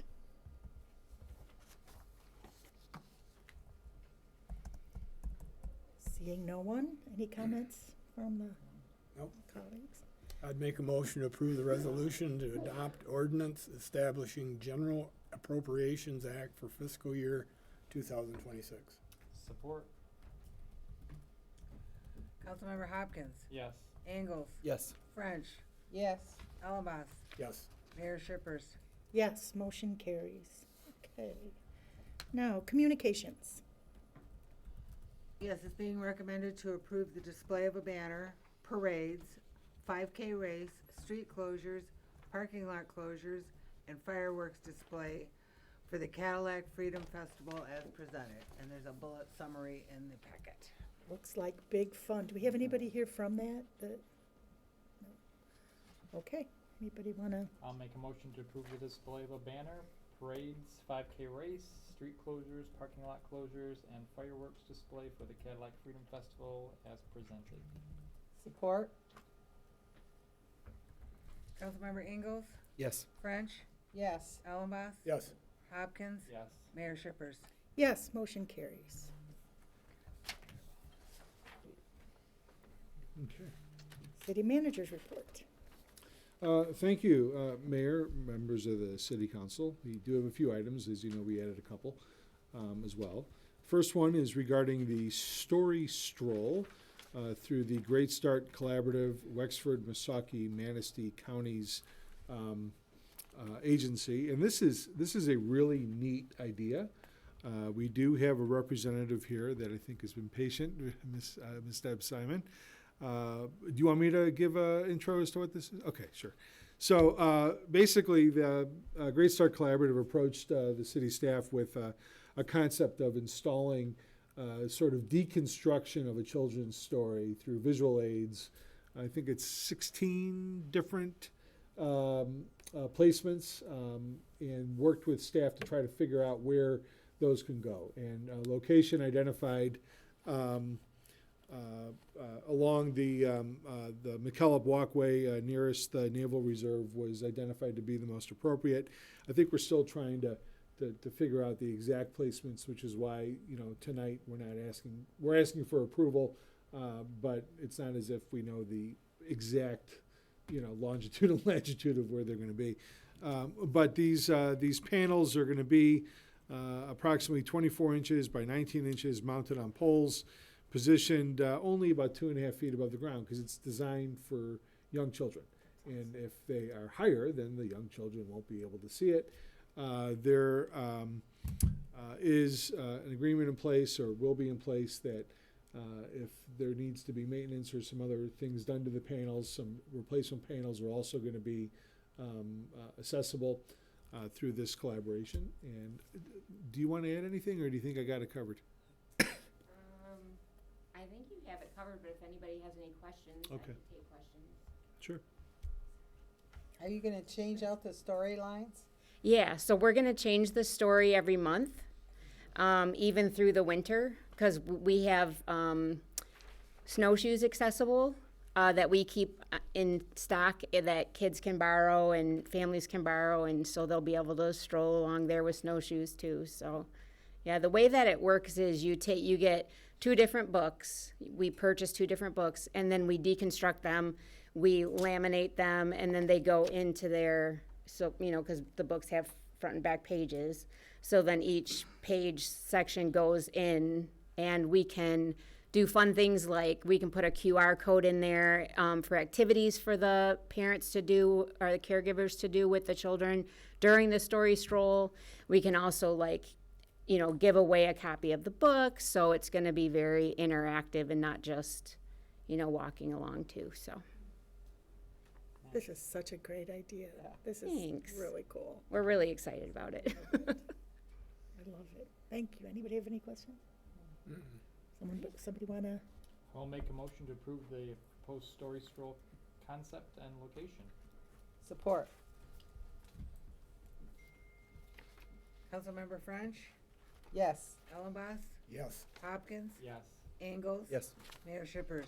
Yes, motion carries. Thank you. Cool. What next? Cadillac Lofts Development and Reimbursement Agreement. This is in regards to Phase 2. There's about a 30-page communication in the public packet and your agenda packets.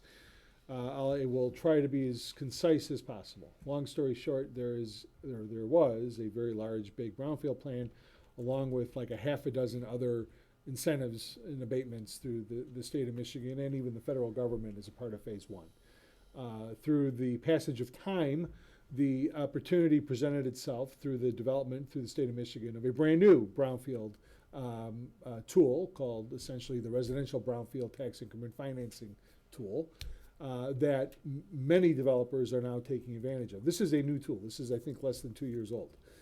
Cadillac Lofts, in their analysis and in working with the city, realized that it would be a lot easier, a lot less complex to just switch over into this new residential brownfield TIF, no longer looking at doing a neighborhood enterprise zone, no longer looking at doing commercial, I think it was a commercial redevelopment abatement, no longer looking at another community development block grant type fund for their piece of the puzzle. And the city Brownfield Authority and the City Council have put in place already this new tool over the last few months. So why are we here again?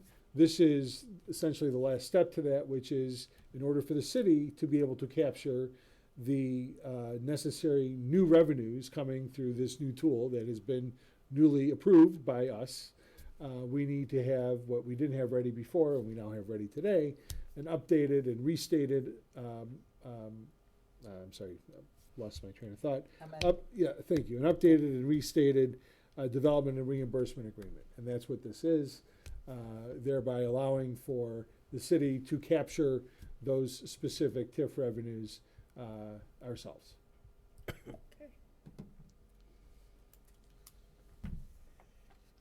A lot you have to do to simplify things. It's very complicated to simplify. It is. That's some irony there. Anybody want to try to make that motion? Boy, that's a long one. Motion to authorize the mayor to execute the amended and restated development and reimbursement agreement between Cadillac Lofts LLC and Cadillac Lofts 2 LLC, the City of Cadillac Brownfield Redevelopment Authority in the City of Cadillac, with final review as to substance by the city manager and as to form by council. There. Support. Only two breaths. Thanks. Thanks for that. Councilmember Ellenboss? Yes. Hopkins? Yes. Ingalls? Yes. French? Yes. Mayor Shippers? Yes, motion carries.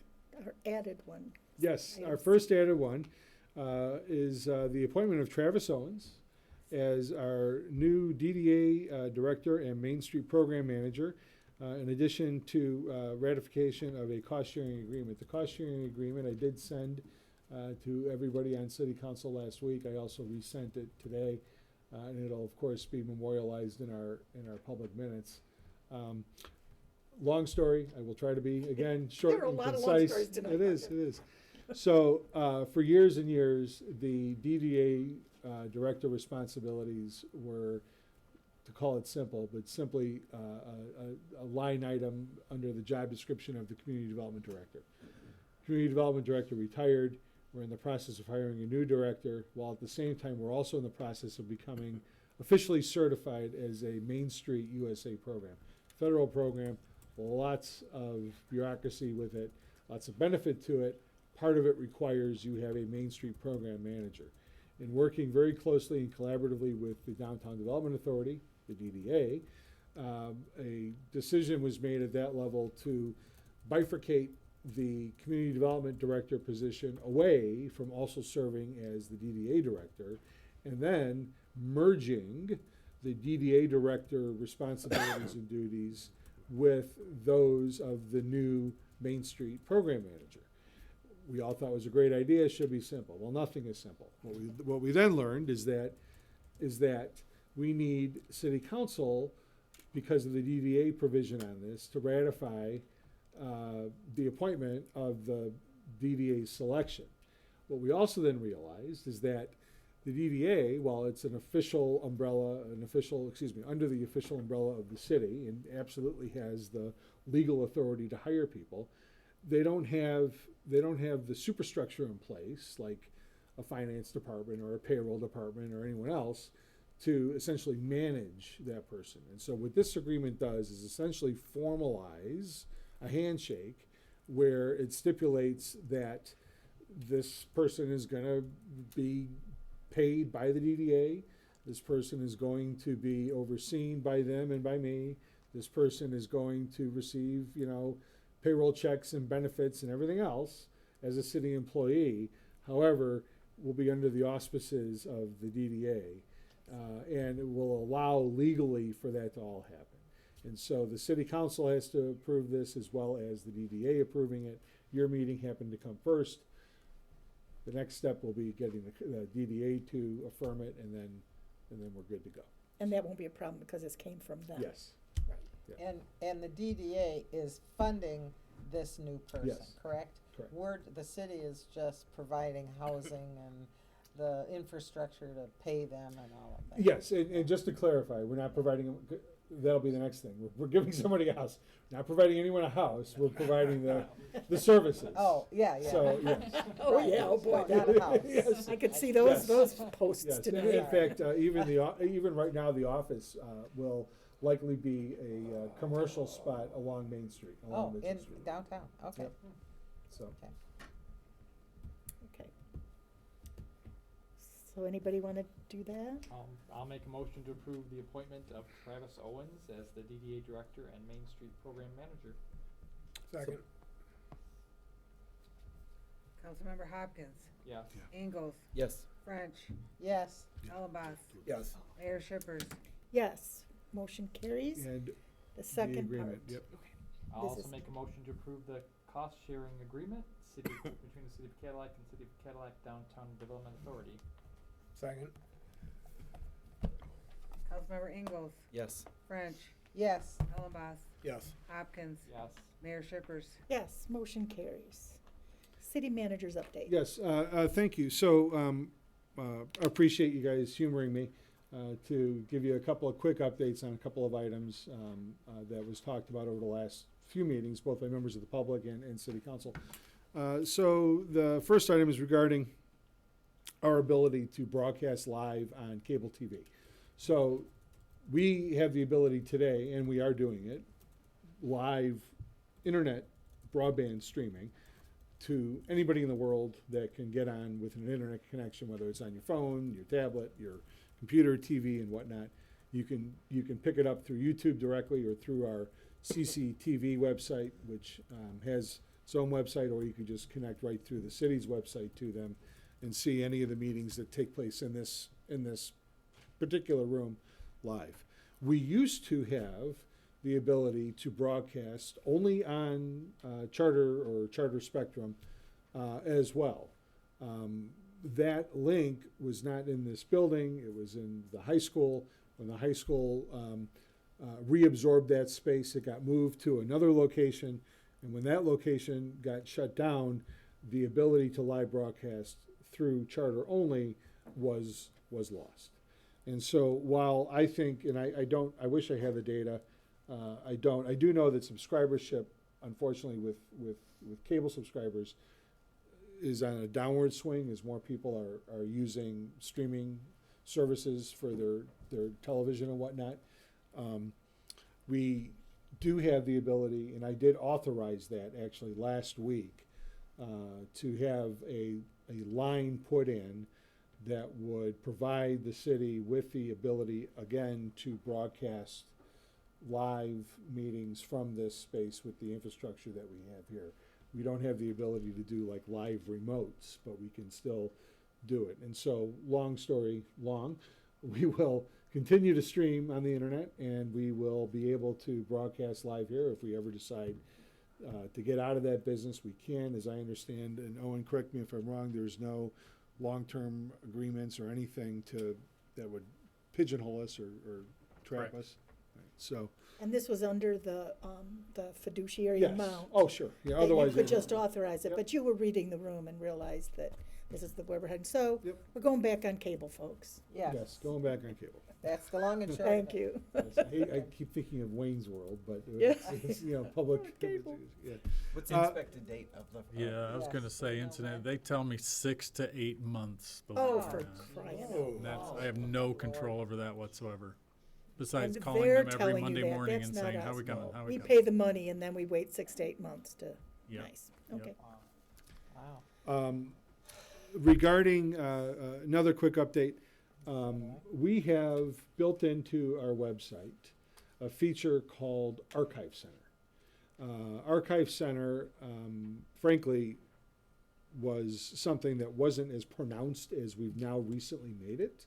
If you go to our homepage, Cadillac-mi.net, left-hand margin under Quick Links, you will see it. And if you click on Archive Center, it'll then zoom you to a page that has a listing of probably a dozen different drop-down menus based on various boards and commissions, different types of reports that we have, and other documents, financial documents, and is essentially what it's called. It's an archive. You'll find agendas, you'll find minutes, you'll find other interesting docs that we've produced over the years. Again, whether it's financial related or not, and we, as your staff, are pledging that we will do our best to make it more up to date, and stay on it. You know, I think there's probably a couple different locations where this information is already available on the website, but this archive center was designed as sort of a one-stop shop, so people could just go right to it and find things. You know, because I'll give you as a for instance, like right now, as I'm saying all this, you could go to the bottom of the homepage and click on the button that says Council Agendas and Minutes. Not sure if we're going to necessarily move that away or maybe just create some additional linkages, but you know, we do have information available in slightly different ways, but this is going to be used as a general depository. And sort of, you know, from this point forward, looking at making sure it's as up to date as we could possibly make it. Excellent. So. Excellent. Thank you. Mhm. Okay, introduction of ordinances. Yes, thank you. So the first one is a request to set a public hearing for June 2nd, 2025, regarding a resolution that introduces an ordinance amending the city zoning ordinance regarding variations and our PUD designs. This is something that several members of City Council have already adjudicated on about a year ago. This has gone back to the Planning Commission. There was a time set on the ability to use our PUDs. The staff had originally presented two versions, one without any kind of time frame. And then the recommendation from the Planning Commission was to add a time frame. City Council put one in for a year. We were hoping that we would have had our zoning code rewrite essentially done. We don't. In fact, our development director is retired. We do have a grant in place, fortunately, to help us get that over the finish line with a consultant. We are very much nearing the very end of a process of bringing on a new director that'll also take this on. However, this is a tool that is being used in several places. The North Lake Street Flats would not have been possible but for this RPUD. I think the Cooley School project also requires it. And if it goes away, it will stop our economic development, especially on the residential side, stop it in the tracks. And so the recommendation from the Planning Commission was to extend it for another year through April of 2026. You're not being asked to take any action tonight other than just simply setting the public hearing. And we'll get a full explanation June of it for the 2nd. public on June Yep. 2nd. Yep. Okay. And the only change is the date. Yep. Yeah, it's extending it. Yes. Yeah, and they decided at the Planning Commission to keep a date, a sunset on it. Right. Hopefully, everything else gets done, so we don't have to do that again. And, you Or know, they I have don't to know do how that the again. Planning Commission will ultimately look at this issue when it comes forward as a part of the zoning updates. My assumption is that as a part of the zoning updates, there will not be a sunset on it. Right. But this kind of just keeps the heat on, so. Yeah, good. Do we have an updated timeline? I know we talked about the grant money we've received. I know we're looking for a new community development director. Yeah, so actually had some interviews this morning. We're nearing the end, anticipating an offer coming out yet this week. And hopefully within the next 30 to 60 days, we'll be onboarding a person. We are using our former development director a development director ago, Jerry Adams, has been helping us out even when, before the retirement, about a day and a half a week. He's now upped that time to about 16 to 20 hours a week, and really helping perform the glue, be the glue in the interim period. In that interim period, when needed, Jerry, like for instance, as long as he's available, will be here at the June 2nd meeting to help provide an overview for City Council and the public. And you know, we really think we'll be hitting the ground running with the new person on board, and you know, hopefully within their first 100 days have this through the Planning Commission process. Yeah, So. we're lucky to have Jerry Adams stepping in. Yep. Very lucky. He's a good man, does a good job. Yep. And the public can always watch the Planning Commission, which is also posted to absolutely. YouTube, or the meetings from a year ago when Yeah. Council and the Planning Commission did the same thing. Yep. Mhm. Somebody want to make the motion to set the hearing? I'll make a motion to adopt the resolution to introduce ordinance amending the city zoning ordinance regarding variations in RPUD designs and set a public hearing for June 2nd, 2025. Support? Councilmember French, Yes. Ellenboss, Yes. Hopkins, Yes. Ingalls, Yes. Mayor Shippers. Yes, motion carries. Adoption of ordinance. Yes, nearing the end. A few times a year, typically, the city council is asked to consider amending the General Appropriations Act, amending your budget. We essentially reconcile, look at new revenues that were unanticipated, that have come in that we have to account for, new expenses that are unanticipated that have come in that we have to account for. And we typically do this around this time of year as we near the end of the fiscal year. We also typically do it towards the end of the calendar year, or if there's some major project or something that comes forward. Owen, if you wouldn't mind doing the quick walkthrough, I'd appreciate it. Yep. For the sake of time, I know that you all come prepared, so I'm not going to highlight every single item that's on here. But I did want to highlight a couple of things. And so on page 1, you can see we're amending some revenue in from the state of Michigan. The state of Michigan had provided firefighters grant. We were able to buy 10 sets of firefighter turnout gear at 100% grant funded, and those are about $3,400 each. So that was almost $35,000 grant. Got all of our full-time firefighters a brand new set of turnout gear, 100% covered. So that's that revenue. Interest income, we've earned a significant amount higher than the budget. And I just want to go back to the decision that was made as part of an RFP process to switch financial institutions, and that's worked out tremendously well for us. Insurance proceeds, we've talked a couple of times about having a couple of unfortunate accidents with police cars, and so we have received insurance proceeds on that. The next thing I want to highlight out of here is on page 3, and I need to request a change based on an email I received today. Under special projects is where we're accounting for the Rotary Playground project that is mostly funded from donations from Rotary. We have approved the purchase of the playground equipment. That's not going to be here till July, which is our next fiscal year. Originally, they told me they needed a 50% down payment. Then they told me they needed a PO.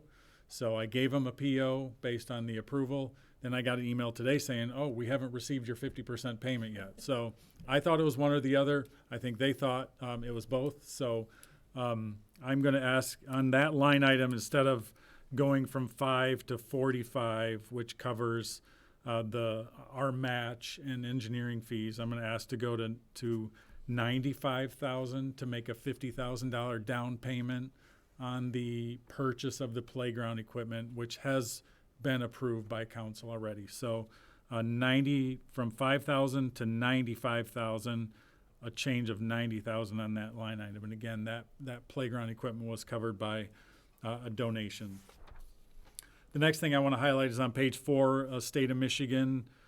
We received a significant grant to do lead and copper exploration for utilities, and that's coming to a close. We've already booked $380,000 in revenue, and so we have primarily engineering costs that are doing that. The rest has been done really with our equipment and our people, so it really is just offsetting already budgeted costs in the fund. So it really is a benefit that we were able to use our own labor and primarily our own equipment. We did have some secondary costs, but that was a significant grant project that's nearing its close here in the next days even.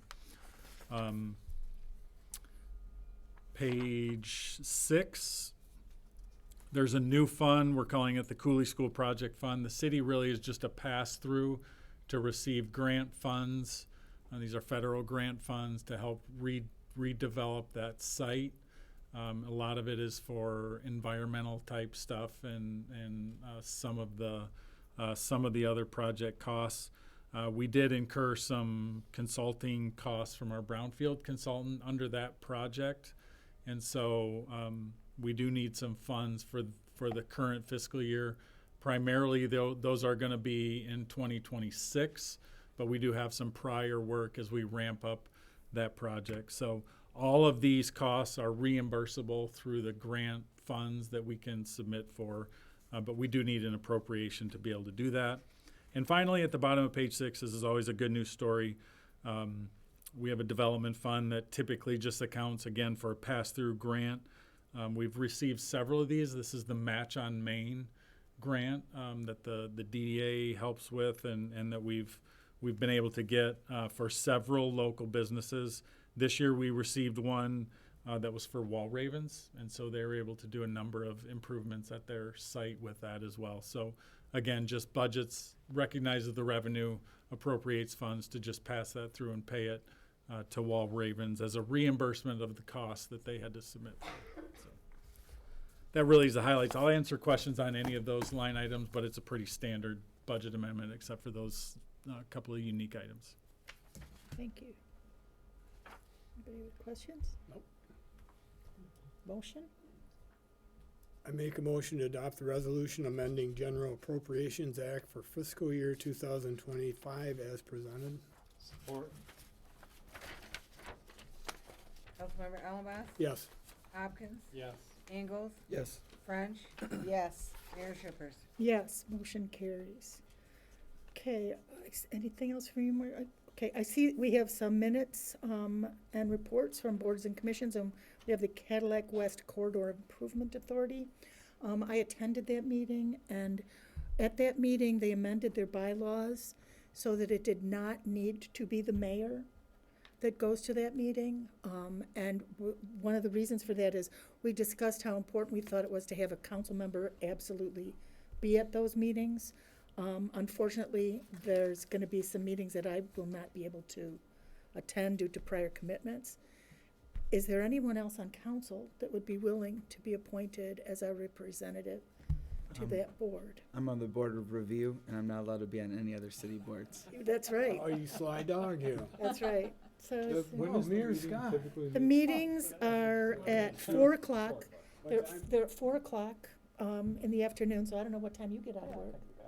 I can pull one. You I'm can not gonna put it Well, on. we want to Same have person? have a same person so it's consistent, just like the, there's. I nominate Scott. He's older then, so. He's younger. So Brian nominates Scott to be our representative that's for it, that. yeah. Anybody second that? Yeah, do we want to make a motion? Is that a motion? Yeah, to, yeah. Yeah, so that's a motion that Brian made. I support that motion. Here we go. Can't get out of it now. I'll second it. Councilmember Hopkins? Yes. Ingalls? Yes. I think we asked him first. French? Yes. Ellenboss? Yes. Mayor Shippers? Yes, thank you, and thank you, Scott. Let staff know, please, to make sure that he gets all the correspondences and packets and whatnot. Okay, let me just make a note of that. Thank you, and that brings us to our final public comments. Same rules as before, 3 minutes on these, and, yeah, audience be kind, you've been so great. Yeah, Brad Marine Cadillac. Marcus, I'm amazed at this coffee with the mayor, in front of the mayor and others in the audience here. You specifically said Cadillac would not participate in that town hall meeting. In fact, you mentioned the word red flag. Eagle wasn't going to be there. EPA wasn't going to be there. Matt Schichtel from the LDFA took it upon himself, and I want the public to know this. If you're watching, the city did not invite Matt Schichtel. So for you to present this as if the city was present, as if the city was committed to this, is utter BS. That's why we don't trust you. I just can't believe you sat up here and said that earlier. It just blew me away. You had a great opportunity. You've also admitted in front of the mayor and others in this audience, and it wasn't out of malice, that you did not follow the bylaws for whatever reason. Yet you sit up here and take no responsibility, as if the public is stupid or something. I really do not understand your mode of operation. It just is indescribable. To throw Matt Schichtel under the bus like that and to claim responsibility for the city participating through Matt, that's he's lying to y'all. I mean, that's deception. And ma'am, you ought to know. You were there. Jeff, you got a lot of stuff. I wish you would bring data. Bring and maybe the city council could encourage him. Bring copies of those reports of those tests so we can see. I mean, you say a lot, but there are some credibility issues. So bring the results of those quarterly tests. Bring the results of those tests at every 3 months so we can actually see those. That would be great. Madam Mayor, you talked about a PFAS task force. There has yet to be one developed. Now, granted, you've got an advisory group. I'll give you that. You finally met. My wife said it was very productive. But a PFAS task force ought to be solution on the big picture. It ought to be looking at not just the PFAS issue and related to well water, but also the biosolid issue, the wastewater treatment issue, the lactate issue. But again, you made a commitment to the community, to your constituents, that you would get a PFAS task force together, and there has not been one yet. So this whole trust issue, I'm telling you, he makes it extremely difficult for y'all. My jaw hit the floor. Do you not remember saying that to me and to others in this audience? And then for you to claim in front of people that weren't there that the city, yeah, we had somebody there. And you flat out said, no, we're not going to participate in that. And I suggested send Mr. Ingalls, because he seems to be at least knowledgeable about PFAS. He'd have been a great asset. Thank you, that's your time. Unbelievable.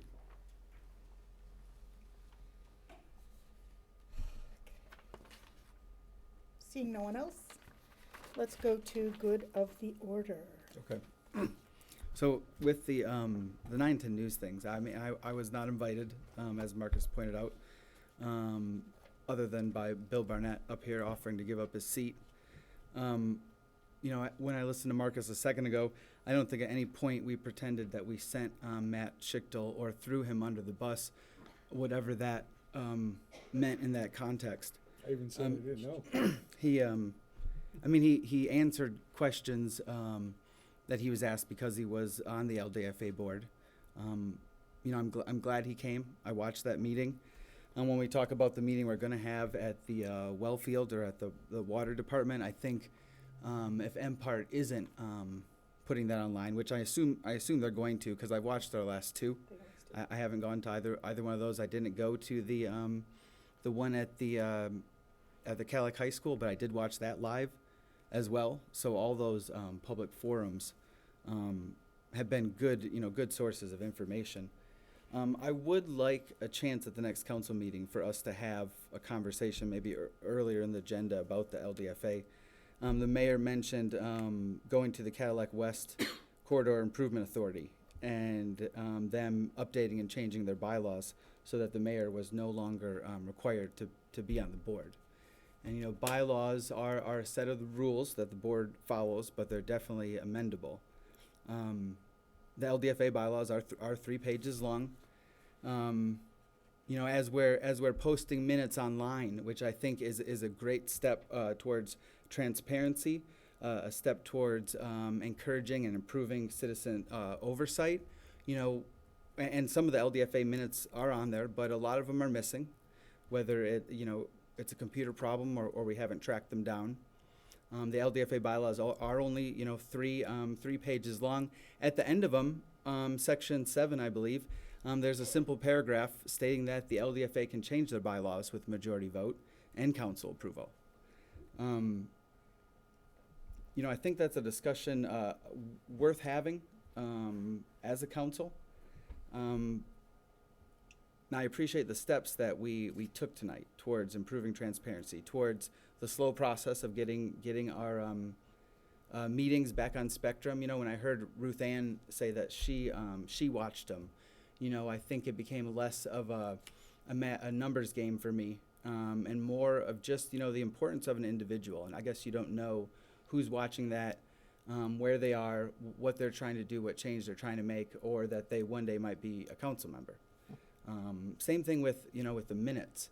I think people have a lot of reasons they're looking for those things. I think minutes matter, and the record keeping matters, because we've had conversations where we've been digging up stuff from the 70s and the 80s, and the school board, all the government municipalities where you do want to track down these agreements.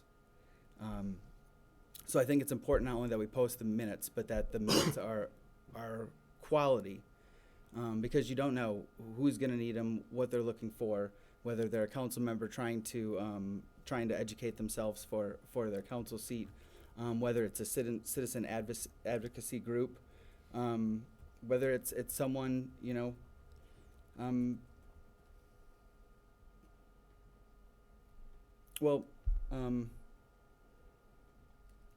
I think we took a lot of good steps tonight. I would like to have a conversation about the LDFA at one of the future council members, where we can hash out some of the things that have been going on. So That's a good idea. Yeah, I agree. I'd like to make a comment. I watched the live town hall meeting, and I thought it was great. It was great to see the citizens group panel act professionally about the subject at hand, and I commend Bill Barnett for kind of gathering this group together and providing all the information that they are with the private well testing that is going into it. It's helping the city out within the city's city limits of where these private wells are being tested, as well as the rest of the county and the outlying townships. And it's a lot of work that is going into this, and I commend the group for the work that they're doing.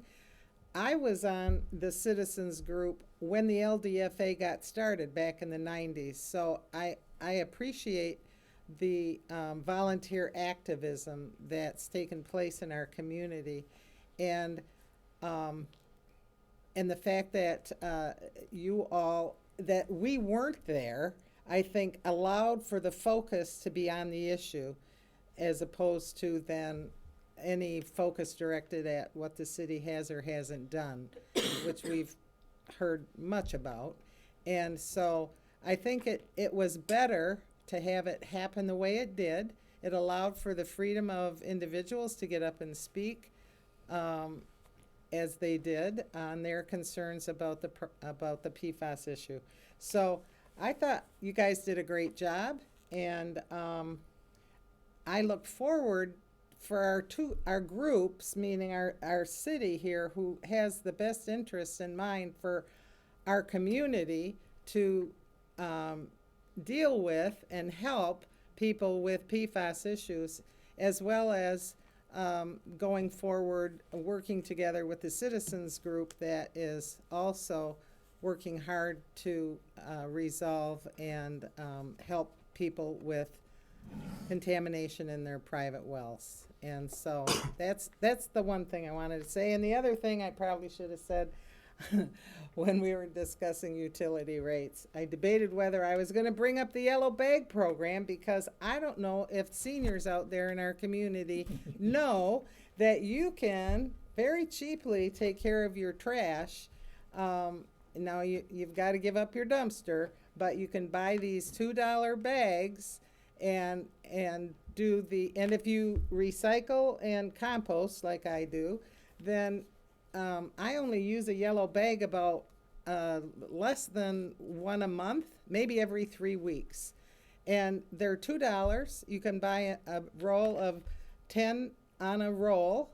And you have to buy 2 rolls. So that means you're spending $40 for the whole year for your trash refuse. Now, if you're a single person, or maybe even an older couple, you do have to be 62 years old to get the yellow bags, because it's a program for seniors to help them with their utility bills. It will reduce your trash pickup amount, because that will be eliminated from your bill, and you'll just go once a year and buy 2 rolls of yellow bags for $40, and it's a real deal if you don't generate a lot of trash. Anyway, that's my pitch for how you might offset any kind of increase on your utility bill from rates going up on water and sewer.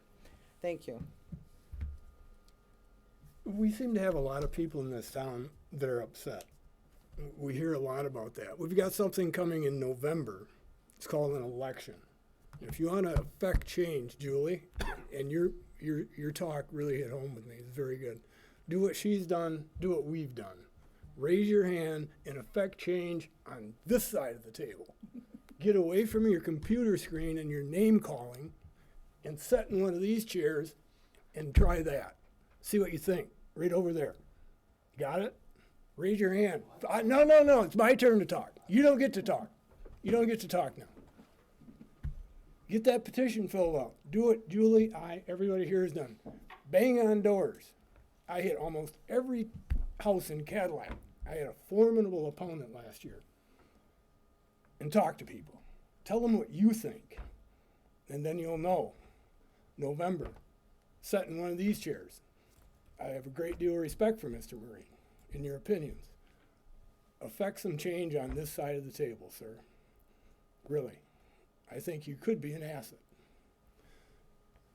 When is the petitions out? Sandy? They are due at 4 p.m. on July 22nd, Okay. and they will be available later this week. I'll have all the information. As I said, we've got 3 chairs opening. Give it some serious thought. Do something positive. It's getting old. Getting very old. But thank you. I'm done. I wasn't going to say anything. Thanks, Brian. Marcus, do you have something? I do. While sitting here this evening, the news director of news strategy with 9 and 10 reached out and advised that they have been in contact with Eagle and will be live streaming the Eagle-based town hall that's happening next week, on the 29th. I am not entirely sure, other than going to like their Facebook site or their page, if that'll be the only places, or YouTube to see it. If we get a link from them, and I already asked if we could, then we'll post that link on our website as well, as a way of getting the word out for folks that might not be able to make it. And it'll also then be archived. So even if you can't watch it live, there'll be, he said there'll be a way for me to get that recording and then share it publicly. Oh. So just wanted to give that update. Regarding some of the comments that were made about what I said or didn't say, I never said that we appointed anybody from the city to be on that panel. In fact, I think what I said was, and if we had instant replay, I would go back and roll the tape. I didn't even know myself that he was going to be, he being the chair of our LDFA, be on the panel, but yet he was there, and in that role, he is an official of the city. So, okay. So I've got something. So first of all, I'm gonna just really quick address the whole task force thing. So I don't even know if I used the word task force, because what I was looking for was an advisory committee. A task force is a group of experts, and we have a PFAS task force in Cadillac, working, sampling, mapping. It's MPART, and those are the experts. I am not an expert. The people that, even, I've had meetings with Susan and Mary, and they say they're just learning, they're not the experts. So it's not a task force, thus the advisory group, okay? And there are other issues that most of that meeting was talking about water and PFAS and what we do moving forward. But there are other issues too, that for which an advisory team is a really good idea. So I'll tell you right now that is my response to having a working group that is not a task force. Task force, these are not experts. These are experts in the community, like Mr. Marine's wife, Pam, who has a finger on, a pulse on things happening in the community. There are several other members of the community that we met for the first time this past week, and wonderful, wonderful ideas that came out of there. And that was what I was looking for, and that is what I've done. So, and that's all I'm going to do. I'm not going to pretend that I can put together a group of experts. We have asked experts in the community to come and speak at council meetings. The health department sent us a memo that we were able to read. Other agencies are like, no, we're doing it from our platform. The same thing with the town hall. I'm not an expert. What could I offer? All that would happen is it would devolve into the same back and forth is the way I saw it. So red flag is not red flag for me, but a red flag in terms of, are we going to get more information out? Is this going to be a productive thing, or is this going to be the same stuff over and over and over again? So that was the reason that I didn't participate in that. Then I had some notes prepared to talk about biosolids and the accusations of mismanagement of our biosolids and everything. And Jeff, you did a fabulous job addressing that earlier. As you notice, we moved the PFAS up at the beginning of the meeting, because see who's left. And thank you for sticking around. So I'm not going to go into those comments, but I prepared some other comments too. And usually I just speak off the cuff, but this is important enough that I made some notes for myself. So please give me this grace. As your mayor, here, wait, it's not there. Here it is. Tonight we made the painful but essential decision to raise water and water treatment rates for ourselves and our neighbors. This was an act of water protection. Yesterday I attended the memorial for Holly T. Bird, a renowned Indigenous water protector, trial judge, school board member, community organizer, and good friend. Toward the end of the memorial, we participated in a water ceremony where more than a dozen Indigenous women carried water in copper vessels to share with all of us gathered. We were at the Milliken Auditorium at the Denos Museum. It became crystal clear, like water, that protecting water takes all of us all the time. We can learn so much from water. We can learn so much from each other. This brought to mind our issues with water here in our city. I realized that I have never really publicly thanked the group of individuals who have helped bring PFAS into the light of day in our community. That includes Susan and Mary, Bill, Empart, Chris with his excellent reporting in the local paper, and everyone else who has been speaking up and speaking out, carrying the lantern. We have this going on, we have this going on. And then I also want to make sure that I thank all the people here who are reacting and responding to that news. So thank you very much for this good work that you're doing. I was so happy to hear that data is being shared between Jeff and the clean water activists here in the community. That's how things happen. That's how change happens, when we work together. So then I started thinking about Cadillac's historical relationship with water and water contamination. I recalled how Cadillac set up the LDFA to clean up a Superfund site caused by industrial contamination back in the 90s. I listened to Michelle, who was one of the whistleblowers who revealed that, and how it led to solutions. The LDFA was created and tasked with extracting water from the contaminated aquifer and removing the identified contaminants. A job done so well, by the way, that every single test since the 90s has shown decreases in the contaminants. Perhaps meetings over the years were handled sloppily, and not just in the last 10 years, but since the 90s, perhaps meetings were handled sloppily, but the essential work never was. Never. The essential work of the LDFA was carried on with expertise and great success. So much success that we're reaching the end of the need for it. That means that that stuff has been pulled out of the aquifer. That's pretty amazing. Thank you, Jeff. And thank you, Marcus, and thank you, all of you who have worked so hard to make that happen. My friend Dave, who's a water pathologist at Eagle, reminded me that Cadillac's municipal water and effluent has never failed a test. Never. Now we face a newly identified contaminant. And again, Cadillac is responding with solutions to protect folks from consuming it. We're expanding testing to city residents to help test their private wells. We're providing bottled water to affected households. We're searching for grant funding to expand infrastructure into city neighborhoods with contaminated wells. We've reached out to our neighboring townships with offers to cooperate in providing safe water to their citizens as well. We, and by we, I mean they. I mean the people that work here for all of us.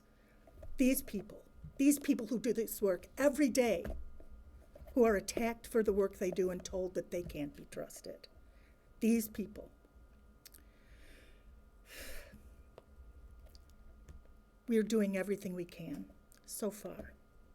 But now we're dealing with something different than the industrial pollution exposed in the 90s. In that PFAS does not come from a single source. It comes from everywhere. It is everywhere. Even if there were traces in our wastewater,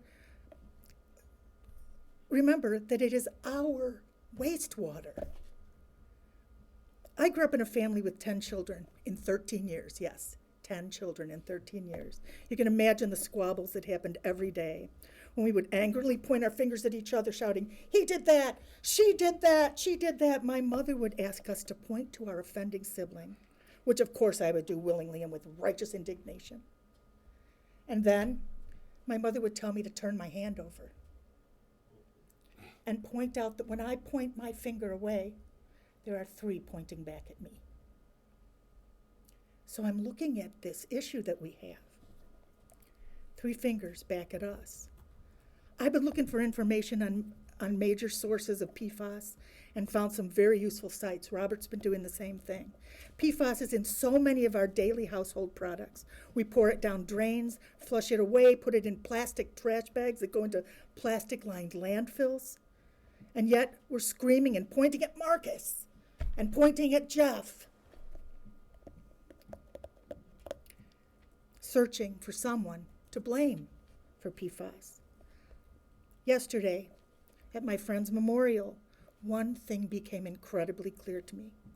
To protect water, we must all be like water. We must flow.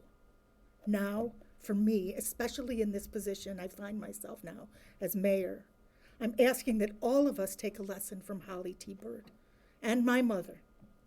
Now that we know it's there, we know it's harmful, we know that municipal water is not contaminated for now because it's tested by scientists and will be again in June. Now that we know, let's flow toward that long-term solution, which is to reduce the use of PFAS. There are really useful sites on the internet. As always, some are more reliable than others, of course. Don't immediately trust sites that are trying to sell you something, like filters or whatnot. EPA.gov has a page called Safer Choice. On that page, you can find out what cleaning, cosmetic, packaging, and other products are PFAS-free. Simple shifts. Once we start shifting that, the other producers will start taking notice and stop producing things that are poisoning our water. Am I right? We've done it before. We did it with fluorocarbons. We stopped using it and they changed. Let's be the flow. Maybe we can each start making small changes to bring the flow of activism into each of our homes, thereby limiting the flow of contaminants into the environment. Tonight, your elected representatives decided to invest in the infrastructure that keeps our water safe. Thank you, thank you, thank you, thank you. Thank you, and thank you, staff. And again, thank you to all the intrepid, relentless, and very loud clean water activists. Let's do this. No clapping. Oh, it's not public comment. It's not public comment. Thank you very much. All right, with that, let's go home. All righty. Thank you, Tam.